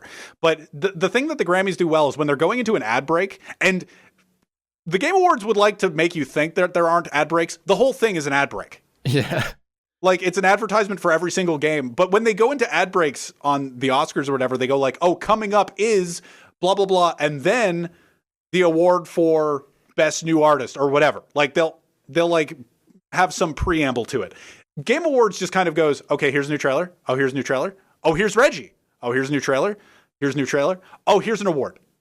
Like, yeah, there's no, you don't know what award's coming up until they're like, okay, and the award for this has these nominees, and it was this. All right. Yeah, I didn't know that the Game of the Year award was happening until the what was it? The orchestral compilation of all the music from the nominated best games of the year was playing, and I was just like, oh, I think coming up is the Game of the Year. And then it was the Game of the Year award, and then it was over.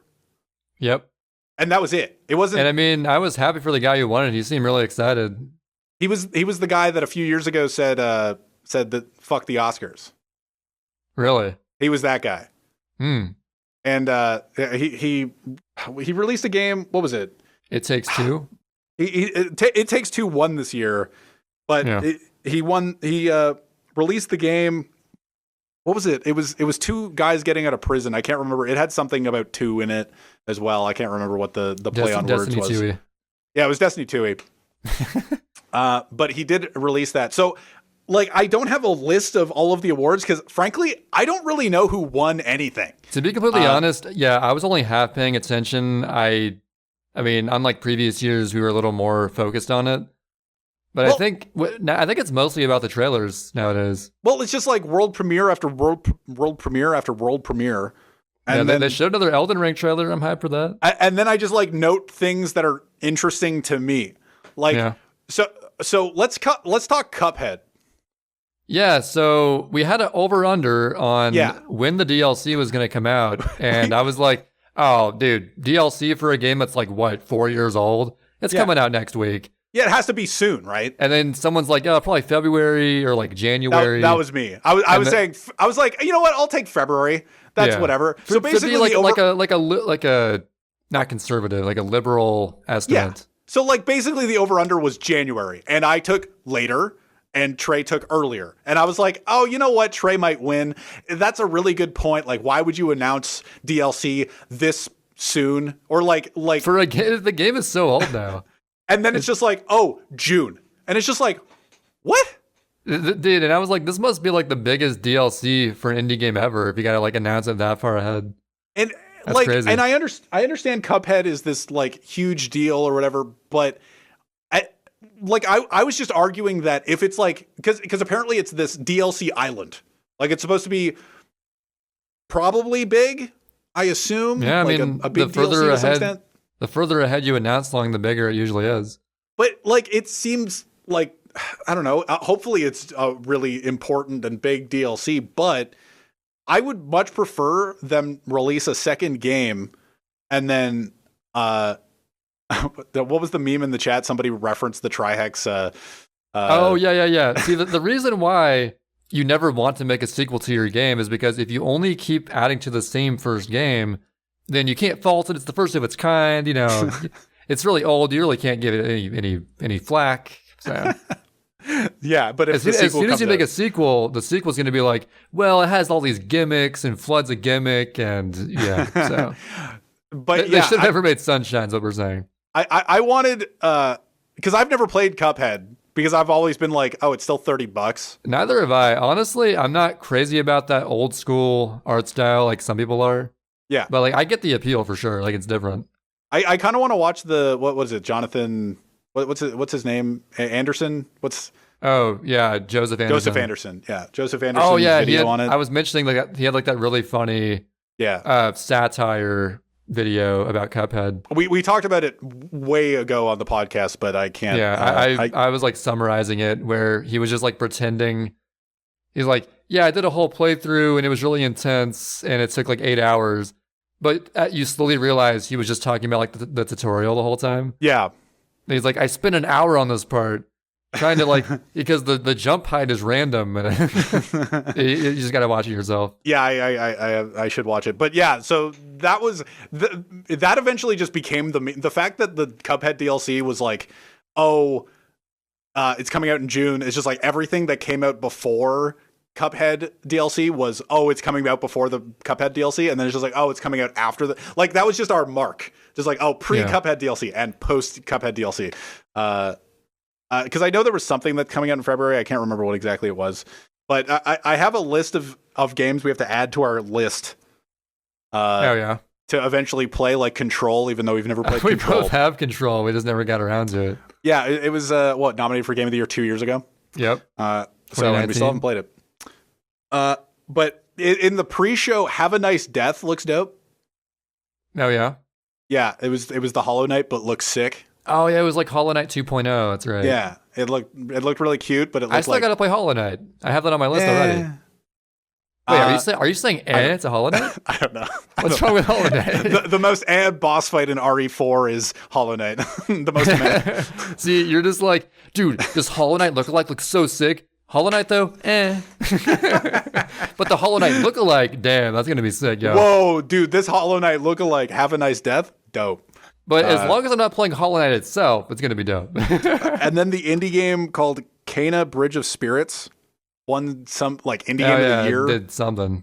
It won indie game of the year over something that was impressive, and I can't remember what it was. Remember, my focus was mostly on King Boo. Yeah, so. And then it's Returnal, and then Chia.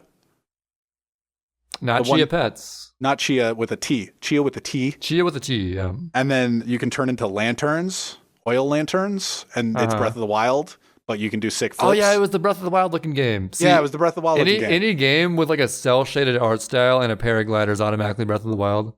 Yeah, just like Genshin.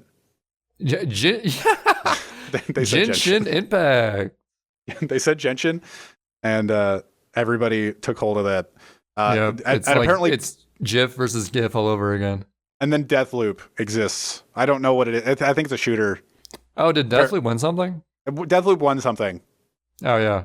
I don't know what exactly Deathloop won, but it won something that we might have to. I think it's a shooter, so we might. All I heard about skip that it. game is that the AI is really stupid or something. But Cool. I don't know. But it is like a shooting game, kind of. I'm scrolling through the winners of stuff, and best art direction was Deathloop, Oh, okay. and best game direction.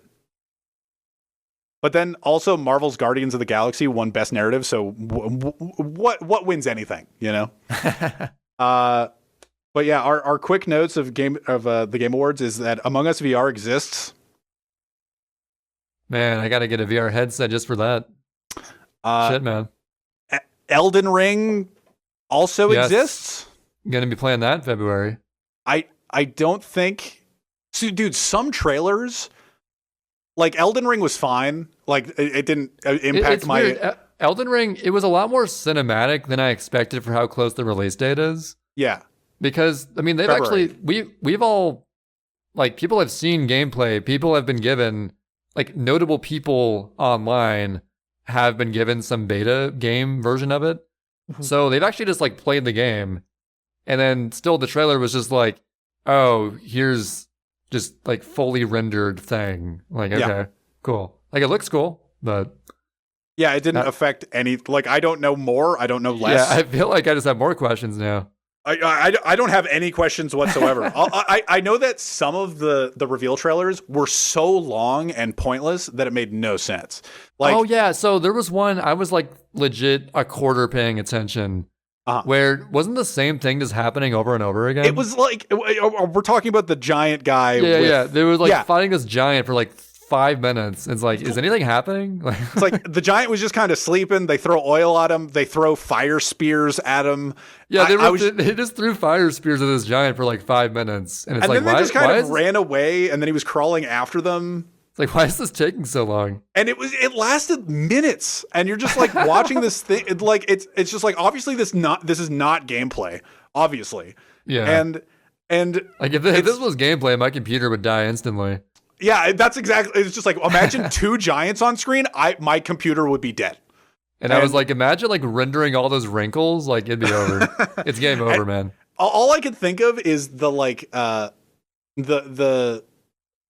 like ink on her face or whatever. It just reminded me of the Diablo trailer from like a year ago. Everything reminded you of Diablo. Everything reminded me of Diablo. And I was just like, oh, it's Diablo. It's just like, no, it's not Diablo. Have you even played Diablo? No, I played like a little bit of Diablo 2 like years ago. Well, that was the good one, I hear. So, but like at a friend's house. But it was like, I never owned it. But I watched the trailer like a year ago for, I don't know, was it Immortal or was it like Resident Evil 4? Resident Evil 4.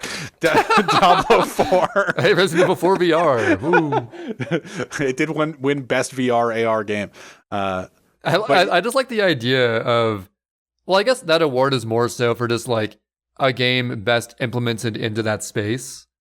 Yeah. Because it's not even a new game. It's like a 20-year-old game, but yeah, still pretty funny. And then they had the new award of innovation in accessibility, the Left 4 Dead, the Last of Us 2 award. I don't know any name. What's the name of the award? Accessibility? Innovation in accessibility. Yeah, the award that was invented for See, we were doing it. The Last award, of Us 2. It was invented for Last of Us 2, the game that already had won plenty of other awards. Yeah. So, well, and then they just kept it around for this year because apparently Forza Horizon 5 was good at that. And then the Overwatch award is the like best returning game or best something. Continuation. I'm trying to find it. Yeah, best continuation game. That was made specifically for Overwatch back in the day. Best ongoing game. That's best ongoing game, yeah. And that's like, the Overwatch I remember, like, award. they introduced it when Overwatch won it, and we're like, what the fuck does this even mean? But hey, Final Fantasy 14. Yeah. Best ongoing game. Apparently. I just have like, it's weird to like go through it because like I don't even think the Game Awards really gave enough time to any of this, where it's just like, oh, here's why should we care about the awards if they don't even care about them? Yeah, they're just like, oh, here's a trailer. Oh, here are the nominees. Here's the award, and then they just kind of like talk for a little bit, and then they leave. Like I think they put more effort into the little skits with Jeff Keighley. Like, oh, where's my little pot friend? Oh, there he is. He's a little shy, but he's coming out. Like, I know that, was it Ben Schwartz? Is that his name? Yeah, Ben Schwartz, Sonic the Hedgehog he came out on stage and was very affable and nice. And then he introduced Jim Carrey's, like, webcam thing. Oh, yeah. And that happened. Like, that was... And then they showed the trailer for the new movie, and then later they showed the new Sonic game, Sonic... Oh, yeah. One prediction I called correctly, I said they would show a trailer for a new Sonic game, and they actually did. So, but apparently it was already on Twitter. Yeah. But I'm going to pull... I'm not... Magic Scrumpy? No. In a Magic Scrumpy way, I called it. So, and if you don't get that joke, don't worry about it. I barely get that joke. It's saying that you invented something just because you didn't know it was already invented. Oh, yeah. Essentially. The impossible banana or whatever. Yeah, the impossible rocket nozzle. The impossible rocket. Oh, yeah, the go-go banana. Yeah. The go-go banana. The impossible banana. The impossible banana. It's so impossible. I had something in my head. It's gone now. You're just thinking of Magic Scrumpy now. No, I don't want to think about Magic Scrumpy anymore. No. Was it about? I'm trying to think of the Sonic name, the new Sonic game, but it's like, for some reason, Sonic Fortnite. Sonic. Dude, I don't game. even remember. I'm going to go to the official Sonic account right Frontiers. now. Frontiers. Hey, you know what? Sonic Fortnite, fucking close in the grand scheme of things. That is actually remarkably close. I was like, that. Sonic Fortnite. I know that's wrong. I know that's wrong. And you know what's funny is the Sonic cycle is going to continue because, well, first of all, I haven't even played... I am a Sonic fan, but haven't really played a Sonic game past the GameCube era, except for like Mania. Sure. But there is the famed modern day Sonic cycle where people are very optimistic and hopeful, and like the new trailer looks dope. The new Sonic game is going to be dope. It comes out. It's kind of a laughingstock. Sure. And then they're like, oh, but dude, we'll get him in the next one. We'll get him in the next one. And then people just keep, because like people just love Sonic. I don't blame them. And then it's like, no, eventually it'll be the good one. And then it will change everything. Mm-hmm. That's the Sonic cycle for you. That's the Sonic cycle. Maybe this will be the good one. And then it'll come out. It won't. Hey, but I don't know. Maybe Sonic Fortnite will change the game. We'll see. My last note on the Game Awards was Gollum doesn't look whack enough. Oh, yeah. This is a very minor note. Well, it's just the final note that I have. You said Gollum looks jank because he's not jank enough looking? Yeah, he doesn't. He looks too cute. Mm-hmm. Like, he doesn't look shitty enough. Like, he's just... what's up with that, yo? He like, they rounded his eyes too much or something. And it's just like, he's this little trickster guy. And you play as Gollum in the new Gollum game? I don't know. Is it a Gollum game? I think so. Ooh. Lord of the Rings Gollum. This is... Yeah, I didn't pay attention to that at all. I just saw how weird Gollum looked. It's literally called the Lord of the Rings Gollum. Okay. With 2 L's. I didn't know how to spell Gollum. I spelled Gollum wrong. I could have sworn it was 1 L. Yeah, it's. I have never seen Lord of the Rings either. So. Obviously, and we haven't read the books. No. I don't read. Golem. Oh yeah, I thought it was funny. There's a line in RE4 in like the early game where you're like in a house, and if you check this bookcase, they're like totally normal people here. They even read books. They even read books. I thought that was kind of funny. But yeah. But that's all the stuff. That's the Game Awards with Jeff Keighley and Jeff Bezos. No, that's not true. See, the thing about watching the Game Awards is that like people in the chat were just like, "Is it any good?" And I think we were just sitting there going like, "No," like question mark. It's also it's so long. It is so. It's like what, like 4 hours? Yeah, and they were people in the chat were saying like, "Oh, obviously you haven't watched the Oscars or the Grammys," and I'm just sitting there going like, "Yeah, but isn't this supposed to be like kind of counter that?" Like, I understand. Like, you got to get why the would we awards want out. to replicate that? If anything, like video games are counterculture. But I think the problem with it is that it's just so late at night. Yeah, it's like, dude, I don't got time for all these world premieres that don't show me anything new. Just show me the awards. Like, literally, we started watching it at, I don't know, Eastern time, like 7 p.m., 6:30 p.m., something. And then it went until 10 and you're just kind of sitting there. Like if it was middle of the day, if it's the E3 press conference and it starts at noon, it's just kind of like, that's okay. That's fine. But it starts at late and it goes until later. I had my longest King Boo session ever because I was expecting it to finish like an hour sooner, but I just kept going with King Boo till it was over. I had like over 100 attempts. But yeah, but the thing about it is that it's just like, oh, is it good? And you're just like, kind of like, no, but I was having a good time watching it because sitting alone and just kind of watching it, sure, I'd be sitting there going like, well, this sucks. It's like only fun if you're in a voice call or something. Yeah, if you're just sitting there going like, oh, fuck, the Cuphead DLC comes out in fucking June and you're just in your what's the phrase? In your pajamas. In your feelings. You're in your feelings. In your bananas? No, your pajamas. You're in your pajamas. Fuck, you're in your pajamas. You're sitting there in your pajamas. You're like, yes, DLC for an indie game that's 4 years old in only 6 months. Woo! Let's go. Let's go. It's so soon. It's coming up. But sitting in a call with Trey or like with chat or whatever, it's just kind of fun to just poke fun at or just chill. It was very chill swag. It was very chill swag, as they would say, as the chill swag team would say. But I guess does that cover the Game Awards pretty well? Yeah, that's all I have notes wise. We could go through the award winners, but like I don't even think they went through the award winners. I don't even care about it happened, and Ratchet and Clank didn't win, much to people's chagrin. And Psychonauts 2 was nominated for like everything and didn't win either. And Back 4 Blood won nothing as well, and I think that's the only game they got really some representation. They mentioned it just like you mentioned Fetch in the draft. So let's go. There we go. Let's go. But I think it's all the time we got here tonight, folks. Yep. Thank you all for listening. We are on Spotify and Google Podcasts. It's been episode 25 of Video Games Are Hard. Video games are hard. They're pretty hard. Yeah. But yeah, peace, everyone. Bye, everybody. See you next week.